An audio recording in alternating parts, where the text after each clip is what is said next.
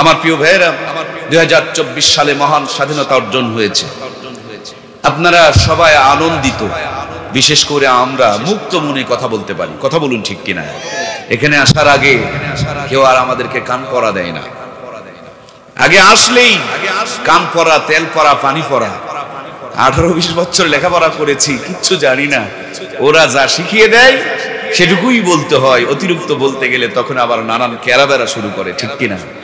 আল্লাহর জমিনে কেউ নাচবে, কেউ গান গাইবে, পারমিশন নেওয়া লাগে না। কিন্তু আল্লাহর জমিনে কোরআনের কথা বলতে গেলে বিগত দিনে পারমিশনেরও প্রয়োজন হয়েছিল। কথা বলুন ঠিক কিনা?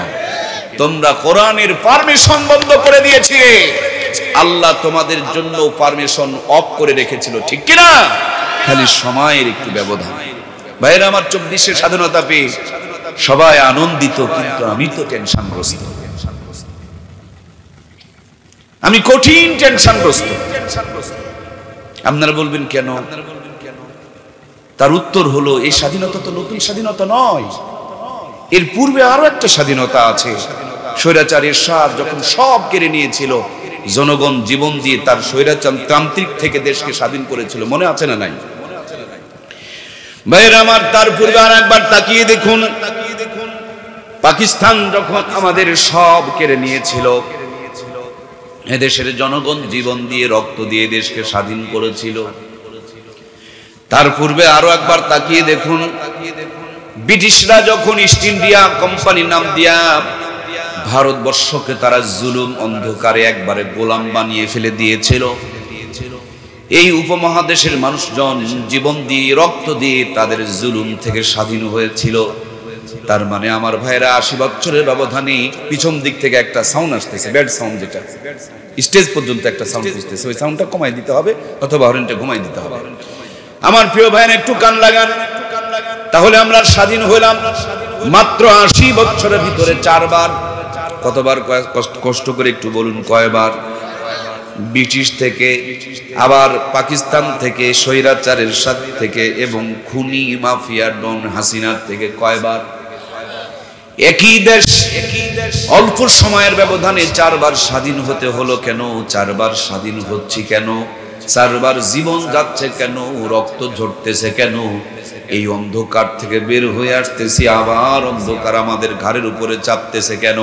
এর পিছনে একটাই মাত্র কারণ, কোরআন সুন্নাহ বুকে নিয়ে এই জুলুমের বিরুদ্ধে রুখে দাঁড়ায়া, জীবন দিয়া, রক্ত দিয়া, কোরআনের আলোর আদর্শ নিয়া আমরা যখন দেশটাকে স্বাধীন করি, স্বাধীন করার পর গুরুত্বপূর্ণ চেয়ারগুলোতে কোরআনের আদর্শওয়ালা মানুষগুলোকে যখন বসাইতে পারি না, একজন জালেম বিদায় হয়ে যায়, আর একজন জালেম এসে ওই ক্ষমতায় চেপে বসে। যেই অন্ধকার থেকে জাতি উঠে আসে, তার চাইতে বড় অন্ধকারে ওরা আমাদেরকে পৌঁছায় দেয়, ঠিক কিনা? এজন্য 24 স্বাধীনতা, ছাত্র জনতার রক্তের সাথে যদি আপনি বেঈমানি করতে না চান, আগামী দিনে দেশকে যদি আবার অন্ধকারে ঠেলে না দিতে চান, আবার যদি ভয়াবহ যুদ্ধের মুখোমুখি হতে না চান, আবার যদি কোনো আমার ভাইরা ইটখোর, কম্বলখোর, রাস্তাখোর, টয়লেটখোর, বাথরুমখোর, মানে সব জায়গার মধ্যে তারা ভাগ বসাইতো, ওই লোকগুলোর থেকে যদি নিজের দেশকে হেফাজত করতে চান, এদেশের রাষ্ট্রপতির চেয়ার থেকে নিয়ে মেম্বারের চেয়ার পর্যন্ত প্রত্যেকটা চেয়ারে কোরআনের আলোতে, সুন্নাহর আলোতে আলোকিত মানুষগুলোকে বসাইতে হবে। আর কোনোদিন এদেশের স্বাধীনতা হারাবে না, ঠিক কিনা? এজন্য প্রাণপ্রিয় ভাইয়েরা আমার, 4জন বাচ্চাকে হেফজ সম্পাদন করার কারণে আপনারা মাথার মধ্যে তাদের ওই মেয়েগুলোকে মহিলা প্যান্ডেলে বোরখা উপহার দেওয়া হলো, তাদের বাবার মাথায় সুন্দর করে টুপি দিয়ে দেওয়া হলো, মায়েদের জন্য তসবিহ দিয়ে দেওয়া হলো, ওদের অভিভাবকদের জন্য কম্বলের ব্যবস্থা করে দেওয়া হলো। আল্লাহর কোরআন যারা দুনিয়ার বুকে কলিজায় ধারণ করবে, নবী আমার বলেন, কিয়ামতের দিন আল্লাহ তাআলা নিজের হাত দিয়া তাদের মাথায় একটা নূরের টুপি পরায়া দিবে, যেই টুপির আলো দুনিয়ার সূর্যের চাইতে কম করে হলেও দ্বিগুণ হবে। সুতরাং আমি আপনাদের সামনে যে আয়াতে কারিমাটুকু তেলাওয়াত করেছি, সবাই জানি সাউন্ড একটু বেশি করা হয়ে গেছে, একটু করা হয়ে গেছে, হালকা স্বাভাবিক।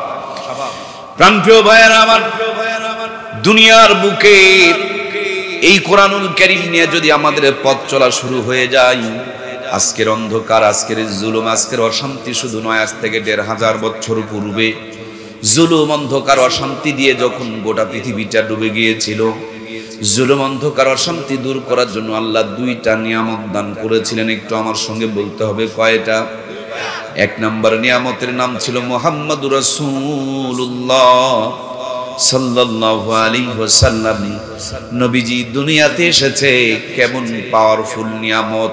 শুধু দুনিয়াতে এসেছে, নবীর শুভ আগমনে গোটা দুনিয়া আলোকিত হয়ে গিয়েছে। সুবহানাল্লাহ। ছোট্ট থেকে নবীজির মতন একজন দামি মানুষ, আল্লাহর পরে যার শান, মান আর মর্যাদা, ওই প্রিয় মানুষটা ছোট্ট থেকেই সাদিক ছিলেন, আল আমিন ছিলেন, সত্যবাদী ছিলেন, বিশ্বাসী ছিলেন, সমাজ সংস্কারক ছিলেন, রাজনীতিবিদ ছিলেন, পণ্ডিত ছিলেন। সমাজের মানুষের সমস্ত অবক্ষয় থেকে বাঁচানোর জন্য নানান প্রতিক্রিয়া, নানান প্রক্রিয়া, নানান পথ আর মত অবলম্বন করেছিলেন। নিজের হাতে একটা সংগঠন বানিয়েছিলেন, নাম দিয়েছিলেন হিলফুল ফুজুল। ১৩ বছর পর্যন্ত সেখানে নিজেই নেতৃত্ব দান করেছিলেন। একটা দুইটা দিন নয়, ৪০ বছর ধরে নবীর মতন একজন দামি মানুষ মেহনত করার পর মক্কার জমিনে যখন শান্তি প্রতিষ্ঠিত হয় নাই, কলিজার মধ্যে কষ্ট নিয়া জাবালে নূর নামক উঁচু পাহাড়ের মাথায় চড়ে ছোট্ট একটা গুহা, এই গুহাটুকুর নাম হলো হেরা গুহা, তার ভিতরে বসে বসে তিনি ধ্যান করতে শুরু করলেন, গবেষণা করতে শুরু করলেন, রিসার্চ করতে শুরু করলেন। নবীজি ছিলেন মুহাম্মাদুর রাসূলুল্লাহ। আল্লাহ ৪০ বছর পরে মেচুয়েট হওয়ার পর নবীর কাছে দান করলেন কিতাবুল্লাহ, মুহাম্মাদুর রাসূলুল্লাহর কিতাবুল্লাহ।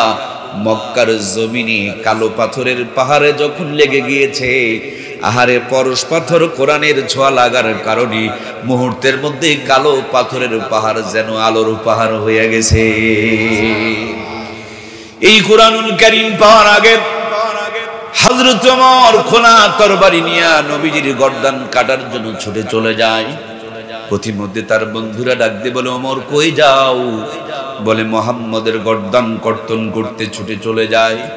বলে মুহাম্মদের গর্দান কাটতে যাও, কিন্তু তুমি কি জানো তোমার বোন ভগ্নিপতি মুসলমান হয়ে গিয়েছে, নিজের ঘরের তো খবর আগে নিবা। তিনি বোনের বাড়িতে রওনা করলেন, গিয়ে দেখেন মধুর কণ্ঠে তারা কোরআনুল কারীম তেলাওয়াত করে। দরজায় আঘাত শুরু করলেন, ঘর খুলতে বললেন, খুলতে দেরি হলো, দরজা ভেঙে ফেলে দিলেন, আঘাত শুরু করে দিলেন। কোরআন পড়ছিলে কেন? তোমরা কি মুসলমান হয়ে গিয়েছো? কোথায় কোরআনুল কারীমের কপি? দাও, আমার হাতে দাও। বোন বললেন, ভাই তুমি এখনো পর্যন্ত নাপাক, এই পবিত্র গ্রন্থ তো তোমার হাতে দেওয়া যায় না। তারপরে তাকে বলা হলো, না দিবা না দাও, তাহলে তুমি যেটা পড়েছিল আর একটা বার পড়ে শোনাও। যখন কোরআন থেকে তেলাওয়াত শুরু হয়ে গিয়েছে, কাট্টা কাফেলের কলিজায় কোরআনের ধাক্কা লেগে লেগে মুহূর্তের মধ্যে পাথরের চাইতে শক্ত হৃদয়টা মোমের চাইতে নরম হয়ে গেছে। ওমর বললেন, তাহলে আমার কাছে মুহাম্মদের কাছে নিয়ে চলো। নিয়ে যাওয়া হলো নবীর কাছে। কালে হাতে হাত দিয়ে কালেমা পড়ে মুসলমান হয়ে গেলেন।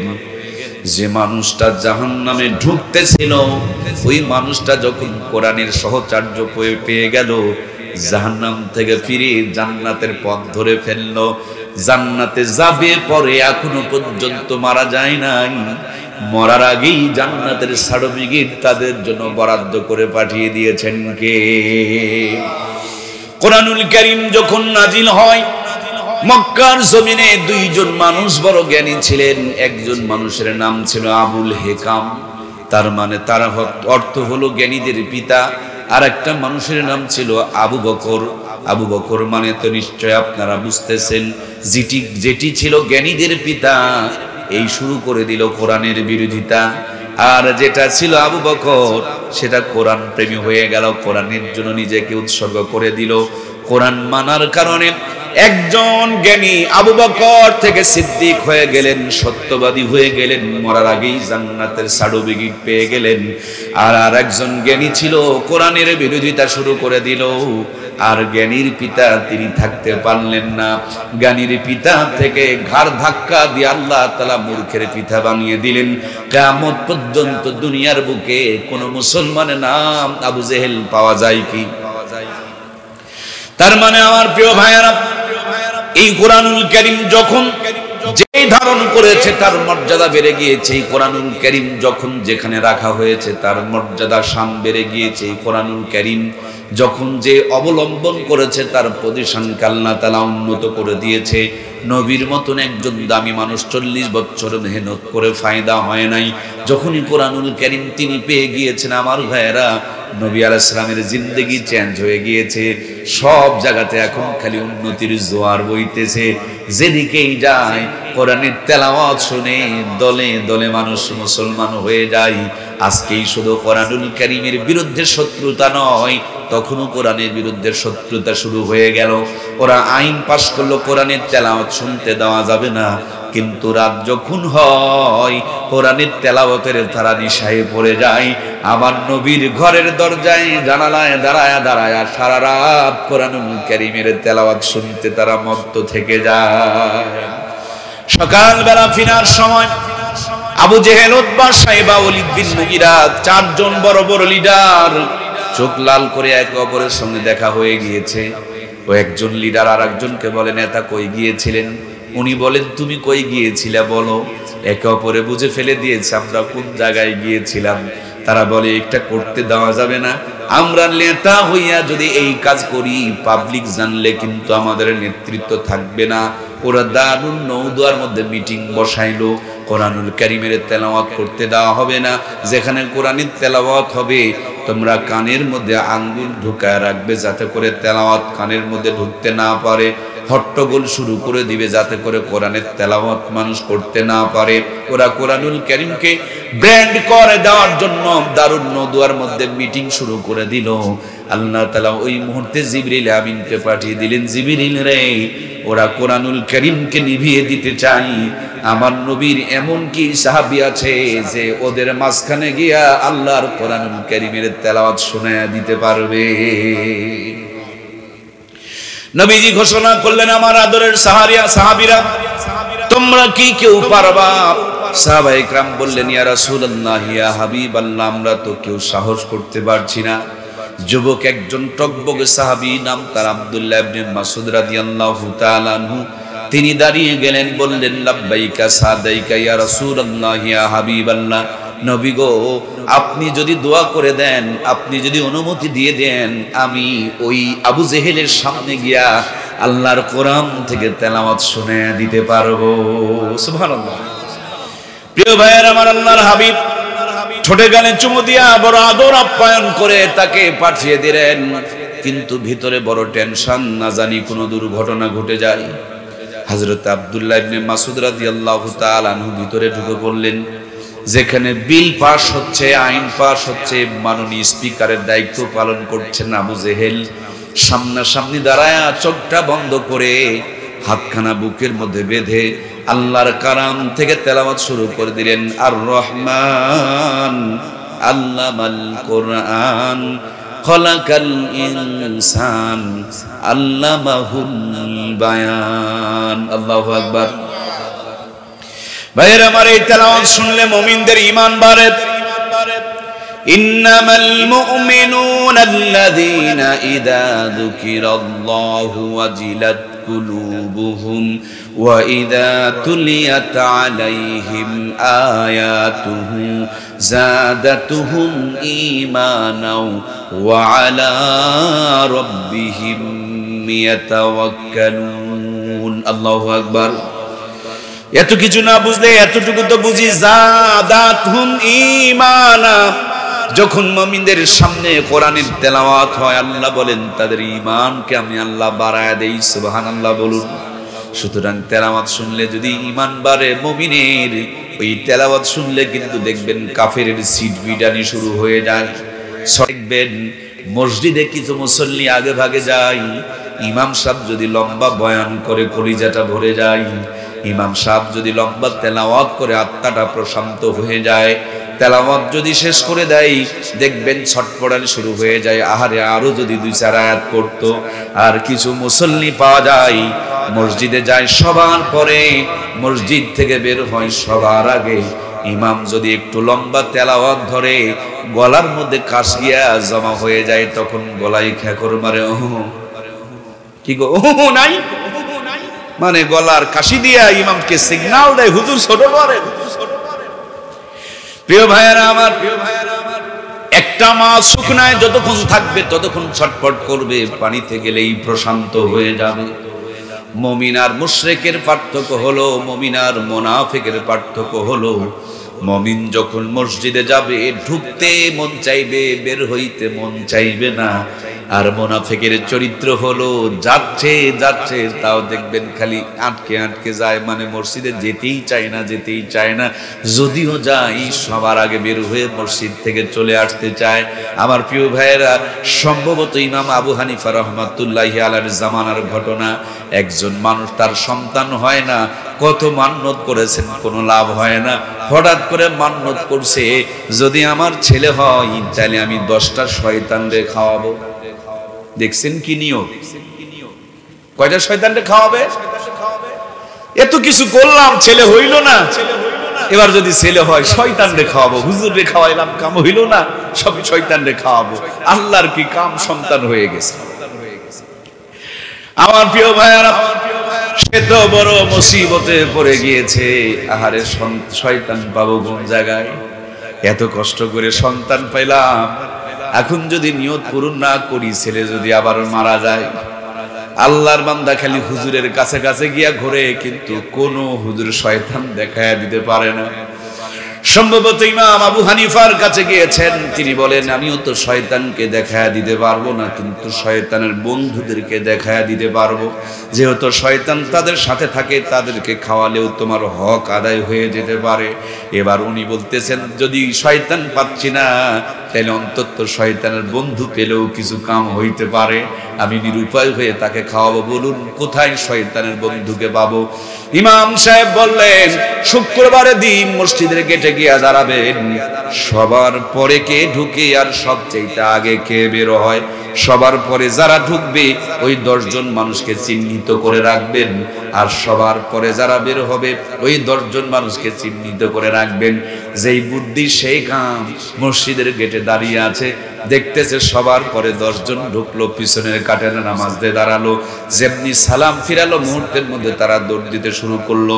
মানে শয়তান এমন ভাবে তাদেরকে কন্ট্রোল করে ফেলে দিয়েছে, যাবি যা, সবার পরে যা, আর ভিতরে বেশিক্ষণ থাকবি না, জলদি করে আসবি। তোর গুনার বোঝা আমার ঘাড়ে নিয়ে থাকতে বড় কষ্ট হয়, তোর বোঝা তোর ঘাড়ে চাপাইয়া দিব। রিমোট টাপতে টাপতে দেখবেন আমার ভাইয়েরা বিড়ির নিশা ধরায়া দেয়, পেপারের নিশা ধরায়া দেয়, খবরের নিশা ধরায়া দেয়। মসজিদ ভালো লাগে না, কিন্তু চার দোকানে 1.5 ঘন্টা বসে থাকে, তখন আর কোনো কষ্ট হয়? যারা যারা কথা বললো না তাদের ভিতরে এই রোগটা আছে। যে কয়জন কথা বলেছে তাদের ভিতরে এই রোগটা কম আছে, আর যারা চুপ করে আছে ওদের রোগ ধরা পড়েছে। তো শয়তান নারাজ হয়ে গিয়েছে, মুখটা বন্ধ রাখছে। 4 দোকানে 1.5 ঘন্টা কোনো প্রবলেম নাই, মসজিদে 10 মিনিট ভিতরে ছটপটি শুরু হয়ে। সম্মানিত প্রিয় ভাইয়েরা আমার, উনি ওই 10 জনকে ধরে নিয়ে এসে খাওয়া দিলেন, কারণ শয়তান তাদেরকে কন্ট্রোল করে ফেলে দিয়েছে। আমার প্রিয় ভাইয়েরা, বলছিলাম আপনাদের খেদমতে কোরআনুল কারীম থেকে তেলাওয়াত শুরু হয়ে গিয়েছে, মনে আছে না? মুমিনের ঈমান বাড়ে, কাফেরের জ্বলন শুরু হয়ে যায়। শয়তানগুলো ছটফট করতে শুরু করে দিল। ওরা বলো দেখো কত বড় সাহস, আমরা কোরআনের তেলাওয়াত বন্ধ করতে চাই, আর সে আমাদের সামনে এসে কোরআনুল কারীমের তেলাওয়াত করে। ওর কলিজা কত বড়। লিডার খালি আপনি পারমিশন দেন, এর হাড়গুলো আলাদা করে দিব। লিডার বললেন তোমরা মারতে যেও না, তোমাদের যদি এই পরিমাণ রাগ হয় তাহলে আমার কি পরিমাণ রাগ হইতে পারে, আমি নিজের হাতে শায়েস্তা করব। হাতের মধ্যে একটা চামড়ার মোজা লাগালেন, পিছন দিকে সে শক্ত করে একটা কান বরাবর চর মারলেন। মুহূর্তের মধ্যে কানের তালা ফেটে গেল, রক্তগুলো ফিনকি দিয়া বের হতে শুরু করে দিল। হযরত আব্দুল্লাহ ইবনে মাসউদ রাদিয়াল্লাহু তাআলা আনহু চিৎকার করে কাঁদতে কাঁদতে নবীর দরবারে রওনা করে দিল। আল্লাহর হাবিব কখনো দাঁড়াচ্ছিলেন, কখনো বসতেছিলেন। সামনে তাকিয়ে দেখেন প্রিয় সাহাবী আব্দুল্লাহ ইবনে মাসউদ কানের তালা ফেটে গিয়েছে, রক্তগুলো হাতের কুনু বয়ে বয়ে জমিনে পড়তেছে। আর আল্লাহর হাবিব সাল্লাল্লাহু আলাইহি ওয়াসাল্লামের দিকে রওনা করেছে। নবীজি হযরত আব্দুল্লাহ ইবনে মাসউদকে বুকে জড়িয়ে নিলেন। এরপর জান্নাতি জবান থেকে থুতু লইয়া যেমনি হযরত আব্দুল্লাহ ইবনে মাসউদ রাদিয়াল্লাহু তাআলা আনহু কানের মধ্যে ভরায়া দিলেন, মুহূর্তের মধ্যে এমন একজন মহামানব ছিলেন আমার নবী, এত মুজিজা দিয়েছিলেন আল্লাহ তাআলা তার ভেতরে। হাতের মধ্যে থুতু নিয়া কানে ভরানোর সঙ্গে সঙ্গে কোনো সেলাই দিতে হয় নাই, মলম লাগাইতে হয় নাই। মুহূর্তের মধ্যে কানের তালার ফাটা বন্ধ হয়ে গিয়েছে, রক্ত পড়াও বন্ধ হয়ে গিয়েছে। আমার প্রিয় ভাইয়েরা, কিন্তু কান্না কোনো পর্যন্ত বন্ধ হয় নাই। আল্লাহ ডাকতে বলে, জিবরিল রে, এই মুহূর্তে গিয়ে আমার বন্ধুর সামনে দাঁড়ায় দাঁড়ায় একটু মুস্কি মুস্কি হাসবা। বন্ধু জিজ্ঞেস করবে, কি রে জিবরাইল, আমি কাঁদি, আমার সাহাবী কাঁদে, আর তুমি সামনে দাঁড়ায় দাঁড়ায় হাসতেছো, কারণটা কি? তুমি খালি বলবা, এই প্রশ্নের উত্তর এখানে দেওয়া হবে না, এই প্রশ্নের উত্তর আপনি পাবেন মদিনায়। এই কান শুধু কান নয়, আরো কান আছে। এই কান ফাটার কারণে আর একজনের কানের বরাদ্দ হয়ে গেছে। সুবহানাল্লাহ। এজন্য যারা আলেমদের বিরুদ্ধে লাগবেন, একটু সতর্ক হয়ে লাগবেন। মাদ্রাসার মসজিদের বিরুদ্ধে লাগবেন, একটু সতর্ক হয়ে লাগবেন। আলেমদেরকে যারা গালি দিবেন, একটু সতর্ক হয়ে গালি দিবেন। কারণ যে জবান দিয়ে আলেমকে গালি দিবেন, এই জবান বেশি দিন প্যারালাইসিস মুক্ত থাকবে। যে পা দিয়ে হেঁটে হেঁটে ইসলামের ক্ষতি করতে যাবেন, এটা প্যারালাইসিস হয়ে পড়ে থাকবে। যে হাত ইসলামের বিরুদ্ধে উঠবে, অচিরেই এটা অবশ হয়ে যাবে। এটাই ইতিহাস, এটাই বাস্তবতা। কথা বলুন ঠিক কিনা? আপনারা জানেন, বাংলাদেশের একজন বুজুর্গ আল্লাহর ওলি, আমি মুসলিম শরীফ পড়েছি তিনার কাছে, জুনায়েদ বাবুনগরী রহমাতুল্লাহি আলাইহি, নাম শোনেননি? হাটাজারির হযরত, তাকে ধরে নিয়ে রিমান্ডে দাঁড়িয়ে ধরে ধরে এভাবে তার প্রতি টর্চার করা হচ্ছিল। সে বলছিল, আমাকে যদি মারতে হয় আমারে মারো, কিন্তু আমার নবীর দাড়ি ধরে টানাটানি কেন করো? আমাকে মারো। সে আরো জোরে জোরে দাড়ি ধরে টানাটানি করতে করতে দাড়ি কিছু ছিঁড়ে গিয়েছিল। প্রিয় ভাইয়েরা, তিনি বলেছিলেন, আমার একটু পানি দাও, আমি নামাজ পড়ব। পানি না দিয়া বাথরুমের মধ্যে তারা আটকায় রাখা হয়েছিল।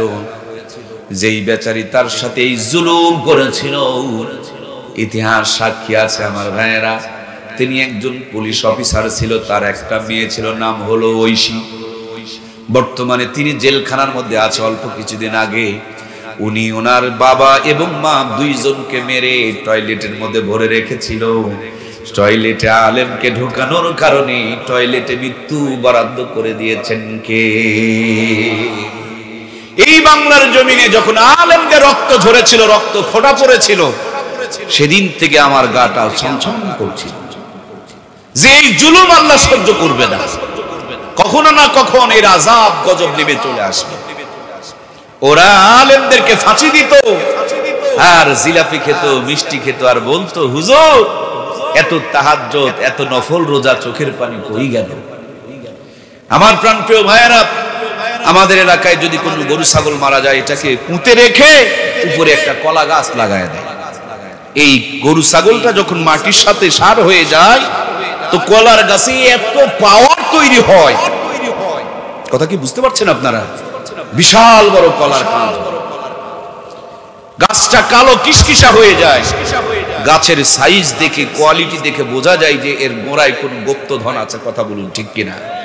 সুতরাং পৃথিবীর ইতিহাস হলো, যেখানে জুলুম হয়, আলেমদের রক্ত পড়ে, সেখানে আল্লাহর পক্ষ থেকে বিজয় অতি নিকটে চলে আসে। ঠিক কিনা? রাত যত গভীর হয়, সকাল তত নিকটে চলে আসে। মায়েদের পেটের ব্যথা যত তীব্র হয়, সন্তান ততই দ্রুত ডেলিভারি হয়। সুতরাং প্রিয় বন্ধুরা, জালেম তার কর্মের জুলুমের ফল নিয়ে মামু বাড়িতে গিয়ে দাওয়াত খাচ্ছে, ওকে নিয়ে আলোচনা করে কোনো লাভ নাই। লাভ হলো আপনাকে আর আমাকে নিয়ে। আপনি আমিও তো আবার কারোর উপর জুলুম করছি না তো? বুঝেননি? না না, খালি আওয়ামী লীগের গাল দিলে বুঝতেন। এখন আপনার দিকে দেখাইছি না, এখন তো আর আপনি বুঝবেন না। স্বামী স্ত্রীর প্রতি জুলুম করে কিনা? কথা বলুন, কথা বলুন, করে কিনা? আর স্ত্রীরা স্বামীর প্রতি মনে হয় করে না। সন্তান বাবা মার প্রতি জুলুম করে কিনা? আর বাবা মা সন্তানের প্রতি মনে হয় কোনো জুলুম করে না। অনেক জায়গাতে ওয়াজ করতে বলে, হুজুর বাপ মার খেদমতের ওয়াজ করিয়ে না। আমি বলি, আরে বাবা, আগে তো বাপ মা না, আগে তো সন্তান। কথা বলুন, সন্তান আগে না বাপ মা আগে? সন্তান আগে, এরপরে বাপ মা। সন্তানের যদি বাপ মা দায়িত্ব পালন করে, অবশ্যই ওই সন্তান কোনোদিন বাপ মার সাথে খারাপ ব্যবহার করবে। আর সন্তানের সাথে যদি খারাপ ব্যবহার করা হয়, দায়িত্ব পালন না করা হয়, ওই সন্তান অবশ্যই এই জুলুমের প্রতিশোধ নিয়ে ছাড়বে। কথা বলুন ঠিক কিনা? আজ চতুর্দিকে জুলুম আর জুলুম। বিয়ের আগ পর্যন্ত আমাদের ভাইয়েরা খালি বাবু বাবু বাবু বাবু করে ফোন নিয়ে ব্যস্ত হয়ে যায়। যুবক ভাইরা আছেন নাকি? ওনাদের বান্ধবী প্রেমিকার নাম রাখছে বাবু। বাবু খাইছ, বাবু ঘুমাইছ, বাবু টয়লেটে গেছ, বাবু হাগু করছ, খালি বাবু বাবু নিয়ে ব্যস্ত। কিন্তু যেমনি বাবুটারে বিয়ে করে, বিয়ের পর এখন ঝগড়া আর ক্যাসাল শুরু হয়ে যায়। ওই যে বিয়ের পূর্বে আকাম কুকাম করছে, এখন বিয়ের পর গন্ডগোল শুরু হয়েছে। অথচ ইতিহাস হলো প্রেম আর ভালোবাসা শুরু হবে বিয়ের পরে। বিয়ের আগে যা হয় একটাও প্রেম ভালোবাসা নয়, সবগুলো জেনা। কথা বলুন ঠিক কিনা? দেখলেও জেনা, ছুঁইলেও জেনা, কাছে গেলেও জেনা। মনে মনে যদি কোনো মেয়েকে নিয়ে ভাবনা চিন্তা করি, এটা হলো মাথার কল্পনার জেনা। কথা বলুন ঠিক কিনা? প্রাণপ্রিয় ভাইয়েরা আমার, আজ আমার দেশের সন্তানের সাথে ভালো ব্যবহার করা হয় না, অথচ বাপ মা ভালো ব্যবহার প্রত্যাশা করে। আপনাদের এখানে শুনলাম মনে হয় কোথায় যেন ইটের ভাটা আছে। কোথায়? এটাই ভাইয়ের আমার, ইটের ভাটা বানাই। ইটের ভাটা, ইট বানানোর জন্য সুন্দর করে কাঠের এক প্রকারের ফার্মা পাওয়া যায়, দেখেছেন? কথা বলতে হবে, দেখেছেন? ফার্মা যদি বেঁকা হয়, ইটগুলো তো সোজা হয়। কি ইরিয়াল্লাহ, আমি তো তাহলে বোকা মানুষ বুঝতেছি। ফরমার যদি এস লেখা থাকে, ইটের মধ্যে আর ওঠে, ও এসি ওঠে। ফরমা যদি ছোট হয়, ইট তাইলে বড় হয়। মূল কথা হলো ফরমা যেমন হয় কন্যা ইটও। ভাই আমরা সবাই মিলে একটু ওয়াজ করি, আজকের ওয়াজটা একটু ভিন্ন। আমরা সবাই মিলে ওয়াজ করব, তাহলে ফরমা যেরকম ইটও সেরকম। আমরা বিয়ে করার সময় কটকটি বিয়ে করব, আর কটকটির পেট থেকে আল্লাহর ওলি তৈরি হবে। কি এই চাচাগুলো আর বোঝেনি। চাচা ছেলের বউ, ছেলেকে বিয়ে দিবে, কি সুন্দর করে বউ দেখতেছে। ও মা, একটু মাথাটা সোজা করো তো, মুখটা বাঁকা করো তো, পায়ের মধ্যে থেকে একটু এদিক ওদিক সব দিক দেখতেছে যে পায়জামা ফাটা আছে কিনা, মাজার মধ্যে কাটা আছে কিনা, বুকটা ঢাকা আছে কিনা। বউ দেখতে গিয়া পরীক্ষা করে দেখে যদি কাটা ফাটা হয়, এইটাকে বাড়িতে তুলবে না, কারণ এটা বৌমা হবে না, এটা হবে বোমা। ওয়াজ বুঝতেছে না গো? বোমা না বোমা? পার্বতীপুরে তো বোমা নাই। কথা বলছেন না কেন? ও বাড়িতে গিয়ে বউ কোবান দিবে তার ভয়ে কথা বলছেন না নাকি? আবার বলুন, আমাদের দেশে বৌমা বেশি না বোমা বেশি? বৌমা যেটা সব সুন্দর করে গুছিয়ে রাখে, আর বোমা যেটা সব তছনছ করে অশান্ত করে রাখে। এই বোমার সংখ্যা বর্তমানে বেড়ে চলেছে, ঠিক কিনা? এজন্য নবী আমার বলেন, তিনটি কাজে দেরি করো না। তার একটা কাজ হলো জলদি করে বিয়ে করে নাও। এখন আমরা তো ধান্দার মধ্যে আছি, বিনা টাকায় যদি দুধ পাওয়া যায় গাভী কিনে ঝামেলা টানা দরকার। 2 নম্বরে যেই কারণে যুবকেরা বিয়ে করতে চায় না, দ্বিতীয় নম্বর কারণ ওনার বান্ধবী আছে 17টা, এক একজনা 15টা 17টা করে মোবাইলে প্রেম করে। ও হিসাব করে দেখছে একটাও সিঙ্গেল। কথা বলুন না কেন? এগুলোকে দিছে, এই শীতও কি একা একা থাকবো? মানে ইঙ্গিত দিয়ে বুঝাইতেছে। আমার প্রিয় ভাইয়েরা, বাবা মার দায়িত্ব কর্তব্য হলো সন্তানের যখন বয়স হয়ে যাবে সুন্দর দেখে তার একটা জীবন সঙ্গিনী তাকে জুটায় দিতে হবে। এটা বাপ মার একটা গুরুত্বপূর্ণ দায়িত্ব, কর্তব্য, ঠিক কিনা? আমাদের বাবা মারা বিয়ে দিতে চায় না, চিন্তা করি কেমনে খাওয়াবে। ভাইরা, বরম্মা হাওয়া কেন তালা তৈরি করেছে। এই বাঁকা হাত যদি সোজা করতে হয়, আমার প্রিয় ভাইরা, এটা চাপ দিয়া নয়, ফোর্স দিয়া নয়, এটাকে হাওয়া দিয়া সোজা করতে হবে, পাম দিয়া সোজা করতে হবে, গ্যাস দিয়া সোজা করতে হবে, ভালোবাসা দিয়ে সোজা করতে হবে, চাপ দিয়া নয়, শক্তি দিয়া নয়। আমার দেশের মানুষেরা চাপ দিয়া সোজা করতে চায়, ভালোবাসা দিয়া পারে না। কথা বলুন ঠিক কিনা? দেশ চালাতে হলে 18 বছরেই পারা যাবে, কিন্তু বউ চালাতে গেলে আরো একটু যোগ্যতার দরকার। তার জন্য সরকার বলেছে 25 বছরে বিয়ে করলেই ভালো হয়। কারণ দেশ চালাতে গেলে পাম দেওয়া লাগে না, বউ চালাতে গেলে পাম দেওয়া লাগে। বরাম্মার নাম হাওয়া, মনে আছে কি? হাওয়া মানে পাম, হাওয়া মানে গ্যাস, হাওয়া মানে বাতাস। খুব ভালো করে খেয়াল করে দেখবেন, যাদের বাড়িতে কিছুই নাই, মোটামুটি স্বামী একটু পাম দিতে পারে, মানে প্রশংসা করতে পারে, দেখবেন ওর সংসার বড় গোছালো, ওর শরীরটা বড় সুন্দর, ওদের স্বামী স্ত্রীর সম্পর্ক বড় মজবুত।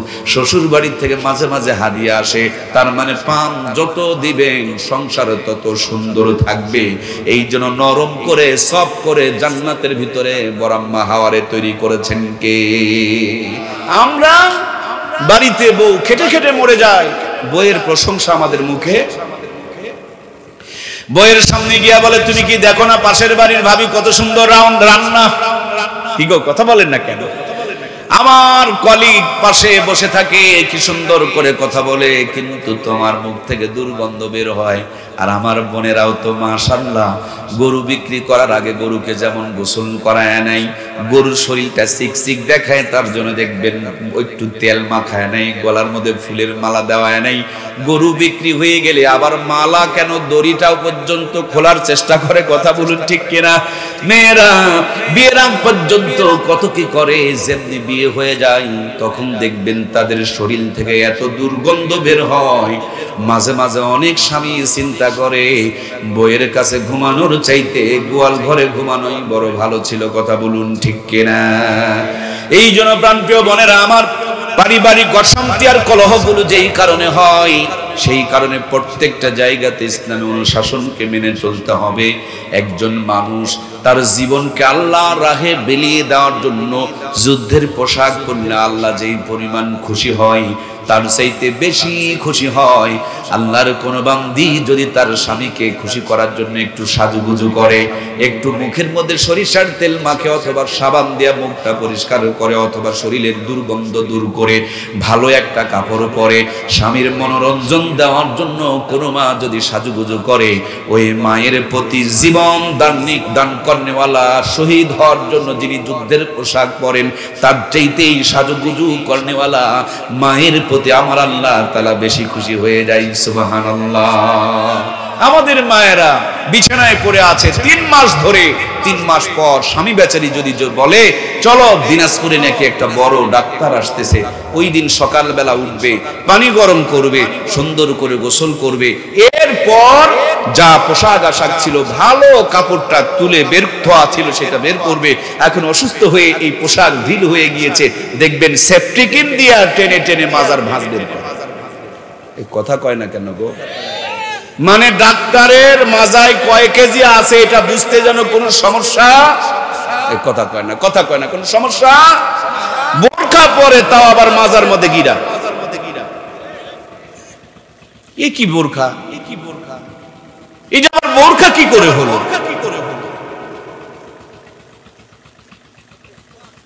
কষ্ট নিলেন নাকি?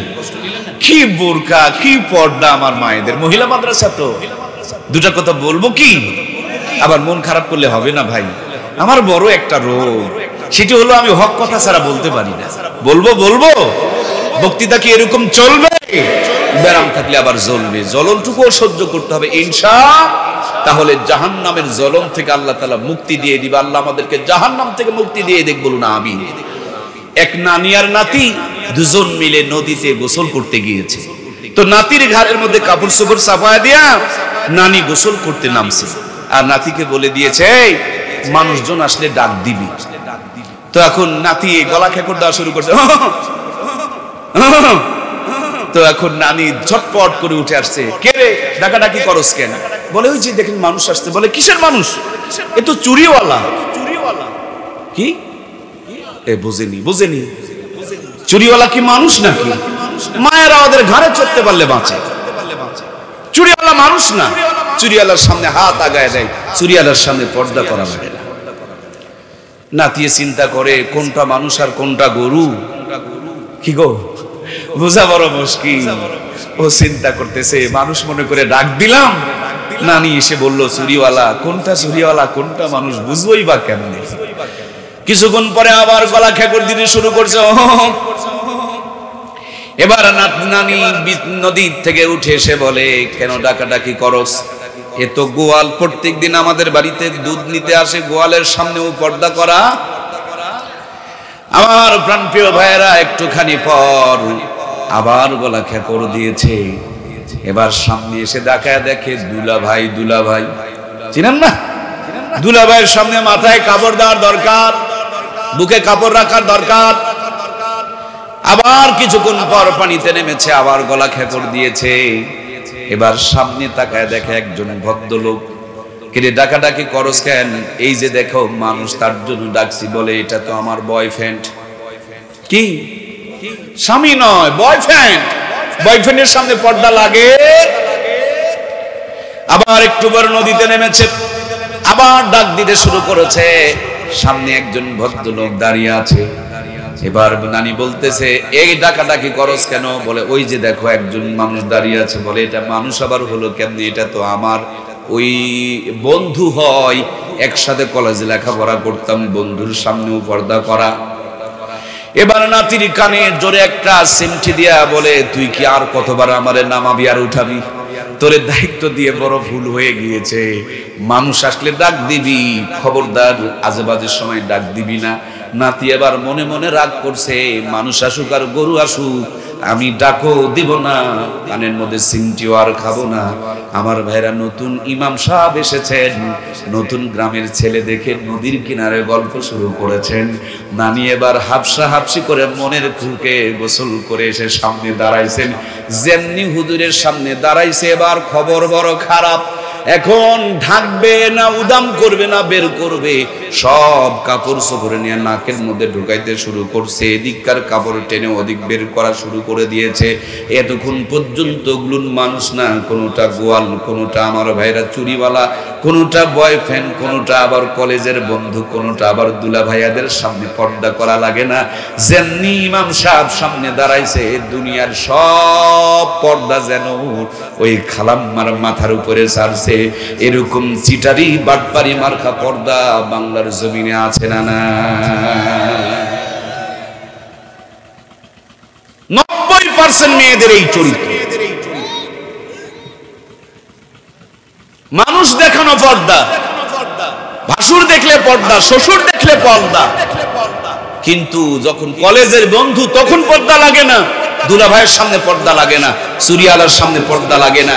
এগুলো কবরে গেলে গুতান বসান আরো বেড়ে যাবে। কথা বলুন ঠিক কিনা? প্রাণপ্রিয় মায়েরা আমার, দিলের কাম দিয়ে কথাগুলো শ্রবণ করতে হবে।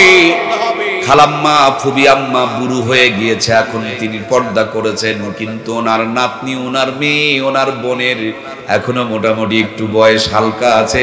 যাদেরকে দেখলে চোখের মধ্যে ভেলকি লাগবে, ওদেরকে কিন্তু কোনো বোরখা তারা পরায়। মানে যেইটা দেখলে যুবকের চোখে ভেলকি লাগবে সেইটাকে দেখায় বেড়াই, আর যার দিকে কেউ তাকায় দেখবে না সেইটাকে ঢেকে রেখে দেয়। এগুলো হলো ইসলামের সাথে তামাশা করা, মস্কারি করা, ইসলামের নাম দিয়া চিটারি আর বাটপারি। কথা বলুন ঠিক কিনা? বরাব্বা হযরতে আদম দুনিয়াতে আসার পর বড় বড় গাছের 3টা টুকরা পাতা দিয়ে ইজ্জতকে ঢেকে রেখেছিলেন। সেই জন্য মৃত্যুর পর পুরুষের জন্য, ছেলে মানুষের জন্য, আমার পার্বতীপুরের ভাইয়েরা, ছেলে মানুষের জন্য কাফনের কাপড় কয় পিস? 3 পিস। বরাম্মা হযরতে হাওয়া বড় বড় গাছের 5টা টুকরা পাতা দিয়ে ইজ্জতকে ঢেকে রেখেছিলেন। সেই জন্য মৃত্যুর পর মেয়েদের জন্য, মায়েদের জন্য, আমার আম্মা জানদের জন্য কাফনের কাপড় কয় পিস? 5 পিস ছেড়ে দিয়া 3 পিস ধরেছিল, 3 পিস বাতিল করে 2 পিস আমদানি করেছিল। এখন 2 পিসেরও 12টা বেজে গেছে, মাত্র এখন কয় পিস আছে? যারা যারা কথা বলে না এরা মনে হয় বোকা মানুষ, হিসাব জানে না কয় পিস আছে। কই ছিল 5 পিস থেকে গিয়েছে 1 পিস মাত্র, আর 1 পিস বাকি আছে। এইটা যদি বাদ দিয়া দেয় দেশে থাকার আর উপায়। সামনে তাকালে পায়জামা ফাটা, ঘাড় ঘুরাবেন মাজায় কাটা, পিছনে তাকাবেন সিনেমার পোস্টার লাগা। যদিও সোনার বাংলা, স্বাধীন বাংলা, স্মার্ট বাংলা, ডিজিটাল বাংলা, কিন্তু যেইভাবে কাটা ফাটা বেড়ে গিয়েছে গো, এই কাটার ফাটার কারণে সুবহানাল্লাহ বলা যায় না, আলহামদুলিল্লাহ বলা যায় না। কারণ এগুলো দেখলে সুবহানাল্লাহ আলহামদুলিল্লাহ বললে ঈমান হারা হয়ে যাবে। শুধু আস্তাগফিরুল্লাহ নাউজুবিল্লাহ তওবা দিয়া দেশটা দখল হয়ে যাইতেছে। কথা বলুন ঠিক কিনা? ও আল্লাহ, আল্লাহ রে, এ কোন দুনিয়ায় পাঠাইলা আমারে? এই জামানার মানুষগুলোর মানুষ নাহি বলে, গরু ঘোড়া হার মানায়া হাইনার মতো চলে। ও আল্লাহ, আল্লাহ রে, এ কোন দুনিয়ায় পাঠাইলা আমারে? হায়রে সাধের দুনিয়ায় মানুষ পাওয়া বড় দায়। মানুষ দেখতে চলে এবার জাদুঘরে যায়। সবাই কোথায়? জাদুঘরে গিয়া দেখবেন বন্ধুরা আমার, আদিম জামানার মানুষকে তারা বানিয়ে রেখেছে। শাড়ি, 3 পিস, পাঞ্জাবি, পায়জামা, লুঙ্গি ছিল না, কিন্তু মানুষের শরম ছিল, ইজ্জতের দাম ছিল, সতীত্বের মর্যাদা ছিল। বড় বড় গাছের পাতা আর ভিন্ন গাছের লতা দিয়া মানুষ তার ইজ্জতকে ঢেকে রেখেছে, দেহটাকে ঢেকে রেখেছে। আর এই ডিজিটাল জামানায় স্মার্ট হওয়ার জন্য কাপড় চোপড় ছিঁড়ে ফেরে ইজ্জত বের করার প্রতিযোগিতা চলতেছে। কথা বলুন ঠিক কিনা? যার কাপড় যত ছিঁড়ার ফানা, যার কাপড়ে যত জানালা এবং দরজা, যার যে দেহ যে যত রেখেছে ঢাকার পরিবর্তে ফাঁকা, সেই নাকি তত সভ্য, ভদ্র, সম্ভ্রান্ত, ডিজিটাল এবং স্মার্ট।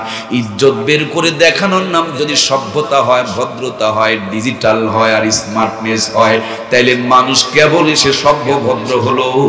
আর আদিম জামানা থেকে যেহেতু কুকুর ইজ্জত বের করে দেখায়, তাইলে শুরু থেকেই কুকুর স্মার্ট ছিল। কথা বলুন ঠিক কিনা? কি আজব তামাশা! আগে দেখলাম মেয়েরা ফাড়া কাপড় পরে, এখন দেখি ছেলেরাও ধরছে। কি গো, কথা বলছেন না কেন? দেখেন নাই যুবকদের হাঁটু ফাটা? কথা বলছেন না কেন গো? এই যুবক বন্ধু, পার্বতীপুরে যদি তুমি সিরা টাকা দাও, দোকানদার নিবে? তো তোমার সিরা টাকা ও নেয় না, তুমি তার সিরা প্যান্ট কেন কিনলা রে? এই বেকুব, কষ্ট নিলেন? বলবো দুটো কথা বলবো? হায় হায়, কি বেহায়াপনা চলছে! প্যান্টের পুঁট নাই, পাছার থেকে অর্ধেক ঝুলে আছে। কথা বলছেন না কেন গো? একে নামাজের দাওয়াত দিবেন, ওকে যদি জোর করে মসজিদে নামাজ পড়তে নিয়ে যান, তো সামনের কাতারে যারা আছে তাদের তো কিছুটা হলো ঈমানটা রক্ষা পাবে, পিছনের কাতারের একজনেরও নামাজ হবে। কারণ এর জান্নাত জাহান্নাম সব বের হয়ে যাবে রুকুতে গেলে। ঠিক কিনা? আমার একটা কথা মনে পড়ে গিয়েছে। অনেকদিন আগে খুলনার ফুলতলার এক মাহফিলে গিয়েছিলাম, নদীর ওপার। আমার সিরিয়াল পড়ছে রাতের 3টার দিকে, 7 দিন ব্যাপী মাহফিল। শেষ বেলা আমার পাশ, মসজিদের মধ্যে ঘুমাইতে দিয়েছে। তো অনেক বক্তা, এক বক্তা রাস্তা থেকে কোনো একটা গাড়ি ভাড়া করে নিয়ে আসছে, স্মার্ট ড্রাইভার। মসজিদের মধ্যে ঘুমাইছে, পাছার থেকে প্যান্ট খুলে গেছে, পুট নাই তো, অর্ধেক তো বেরি হয়েছিল।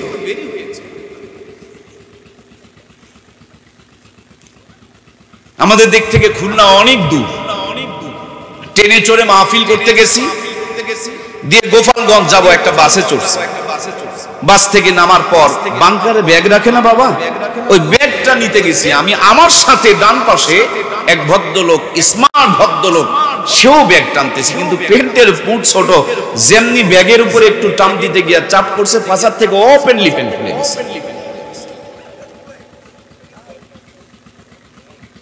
ভুল কইলাম?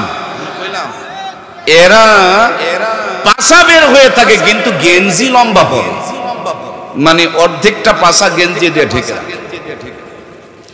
কিছু বেকুব আছে, আস্তাগফিরুল্লাহ, কোরআনের মাহফিলে বলতে বড় লজ্জা লাগতেছে। ইজ্জত বলতে কিছু নাই, তারা পাছা বের করা পেন করে পরে কি করে চলাফেরা করে। আমার প্রিয় ভাইরা, কষ্ট নিলেন আপনারা? অথচ আজ থেকে 50 বছর আগে যেদিন আমার বাংলা জমিনে কোনো ন্যাংটামি চলতো না, আমার বাংলার জমিনে কারেন্টের আলো ছিল না, মোবাইল ফোন ছিল না, স্মার্টনেস ছিল না, ডিজিটাল ছিল না, শুধু পর্দা ছিল, পর্দা। মায়েদের মাথায় কাপড় ছিল, ফুল হাতা জামা ছিল, পেট ঢাকা পোশাক ছিল, বুক পর্যন্ত ঢাকা ছিল। সেই দিন মূর্খ নানি দাদির বিয়ে হয়েছে, হাফ প্যান্ট পরা নানি দাদিকে নানু দাদুরা বিয়ে করেছে, ওই জামানার 500 টাকা নগদ কম দিয়ে বিয়ে করেছে। খবর নিয়ে দেখুন, ওই জামানার 500 টাকা দিয়ে 5 বিঘা জমি কিনে পাওয়া গেছে। এখনকার 25 লাখ টাকার চাইতে তখনকার 500 টাকার দাম বেশি। 5 বিঘা জমির মূল্য দিয়া যেই নানি দাদিরে বিয়ে করা হলো, সেই নানি দাদির পেটে 12টা 18টা 15টা সন্তান জন্মগ্রহণ করলো। একজন নানি দাদিকেও কসাইখানা নিয়ে পেট চিরে বাচ্চা বের করা দরকার পড়লো। সব কটা সন্তানকে বুকুরে দুধ খাওয়ায় লালন পালন করেছে। কোটার দুধ তো ছিলই না, গাভীর দুধের দরকার পড়তো না, বাচ্চার দুধ খেয়ে শেষ করতে পারতো না, বুকের কাপড় ভিজে যেত। কথা বলুন ঠিক কিনা? সেই নানি দাদিদের নাতনিদের দিকে তাকিয়ে দেখুন, তিনারা প্রধানমন্ত্রী, ওনারাই বিরোধী দলের নেত্রী। একটাই বুড়া চাচা ছিল উত্তরবঙ্গের কৃতি সন্তান, চাচাই মরছে, চাচি নাঙ্গলের মোটা ধরছে। দামি দামি 3 খান চেয়ারি খালাম্মা, ফুবি আম্মা, চাচি আম্মারা দখল করে নিয়েছে। নিরাপত্তার কথা ভেবে আমার ভাইরা ইফটিজিং, যৌতুক আর নারী নির্যাতনের বিরুদ্ধে আইন পাশ করেছে। কোরআন সুন্নত না থাকার কারণে আইনের উপরে নোক্তা পরে আইন গাইন হইয়া যৌতুক আর জরিমানা বেড়েই চলতেছে। ওরা নিয়ম করেছে 18 বছর আগে বিয়ে দেওয়া যাবে না। আবার মায়া বড়ি কত কিছু যেন ফিরি দিয়ে বেড়াই, যাতে করে বিয়ের পর বাচ্চা না যায়, আরো 5 বছর কেটে চলে যায়, 25-30 বছরে বাচ্চা নিতে চায় আগের থেকে। আমার প্রিয় ভাইয়েরা, আপনার আমার দিনাজপুরের কোন একজন বড় গাইনি ডাক্তারের সাথে যোগাযোগ শুরু করে দেয়, যেমনি পেটে বাচ্চা এসেছে ইসিজি, এক্সরে, আল্ট্রাসাউন্ড শুরু হয়ে গেল। কায়দায় না বেকায়দায়, শুকনাতে আছে না নরমালে আছে, ভিটামিন আছে না নাই, ক্যালসিয়াম আছে না নাই, মিনারেল আছে না নাই, আয়রন আছে না নাই, জিঙ্ক আছে না নাই, হাজার তরিকার পদ্ধতি চালাই, কিন্তু পেটের ভুঁড়িটা ঢেকে রাখতে চায় না।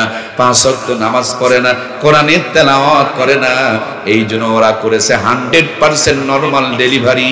আর এদের খবর নিয়ে দেখুন, 80 থেকে 90% মা বোনকে এখন কসাইখানা নিয়ে পেট চিরে বাচ্চা বের করতে হয়। কথা বলুন ঠিক কিনা?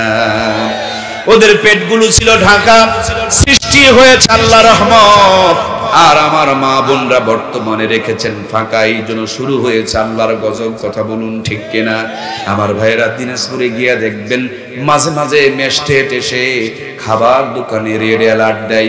যদি দেখে খাবারের দোকানের খাবারগুলো ঢাকার পরিবর্তে ফাঁকা, হাতের মধ্যে হ্যান্ডকাপ লাগায়া দোকানদারকে ধরে নিয়ে চালান করে দেয়। এই বেটা খাবার খেলে মানুষ অসুস্থ হয়ে যাবে। এই খাবারের মধ্যে কত মশা, কত মাছি, কত ধুলাবালি পড়েছে। এই খাবার খেলে মানুষের ডায়রিয়া হয়ে যাবে। আমি তো অবাক হয়ে যাই।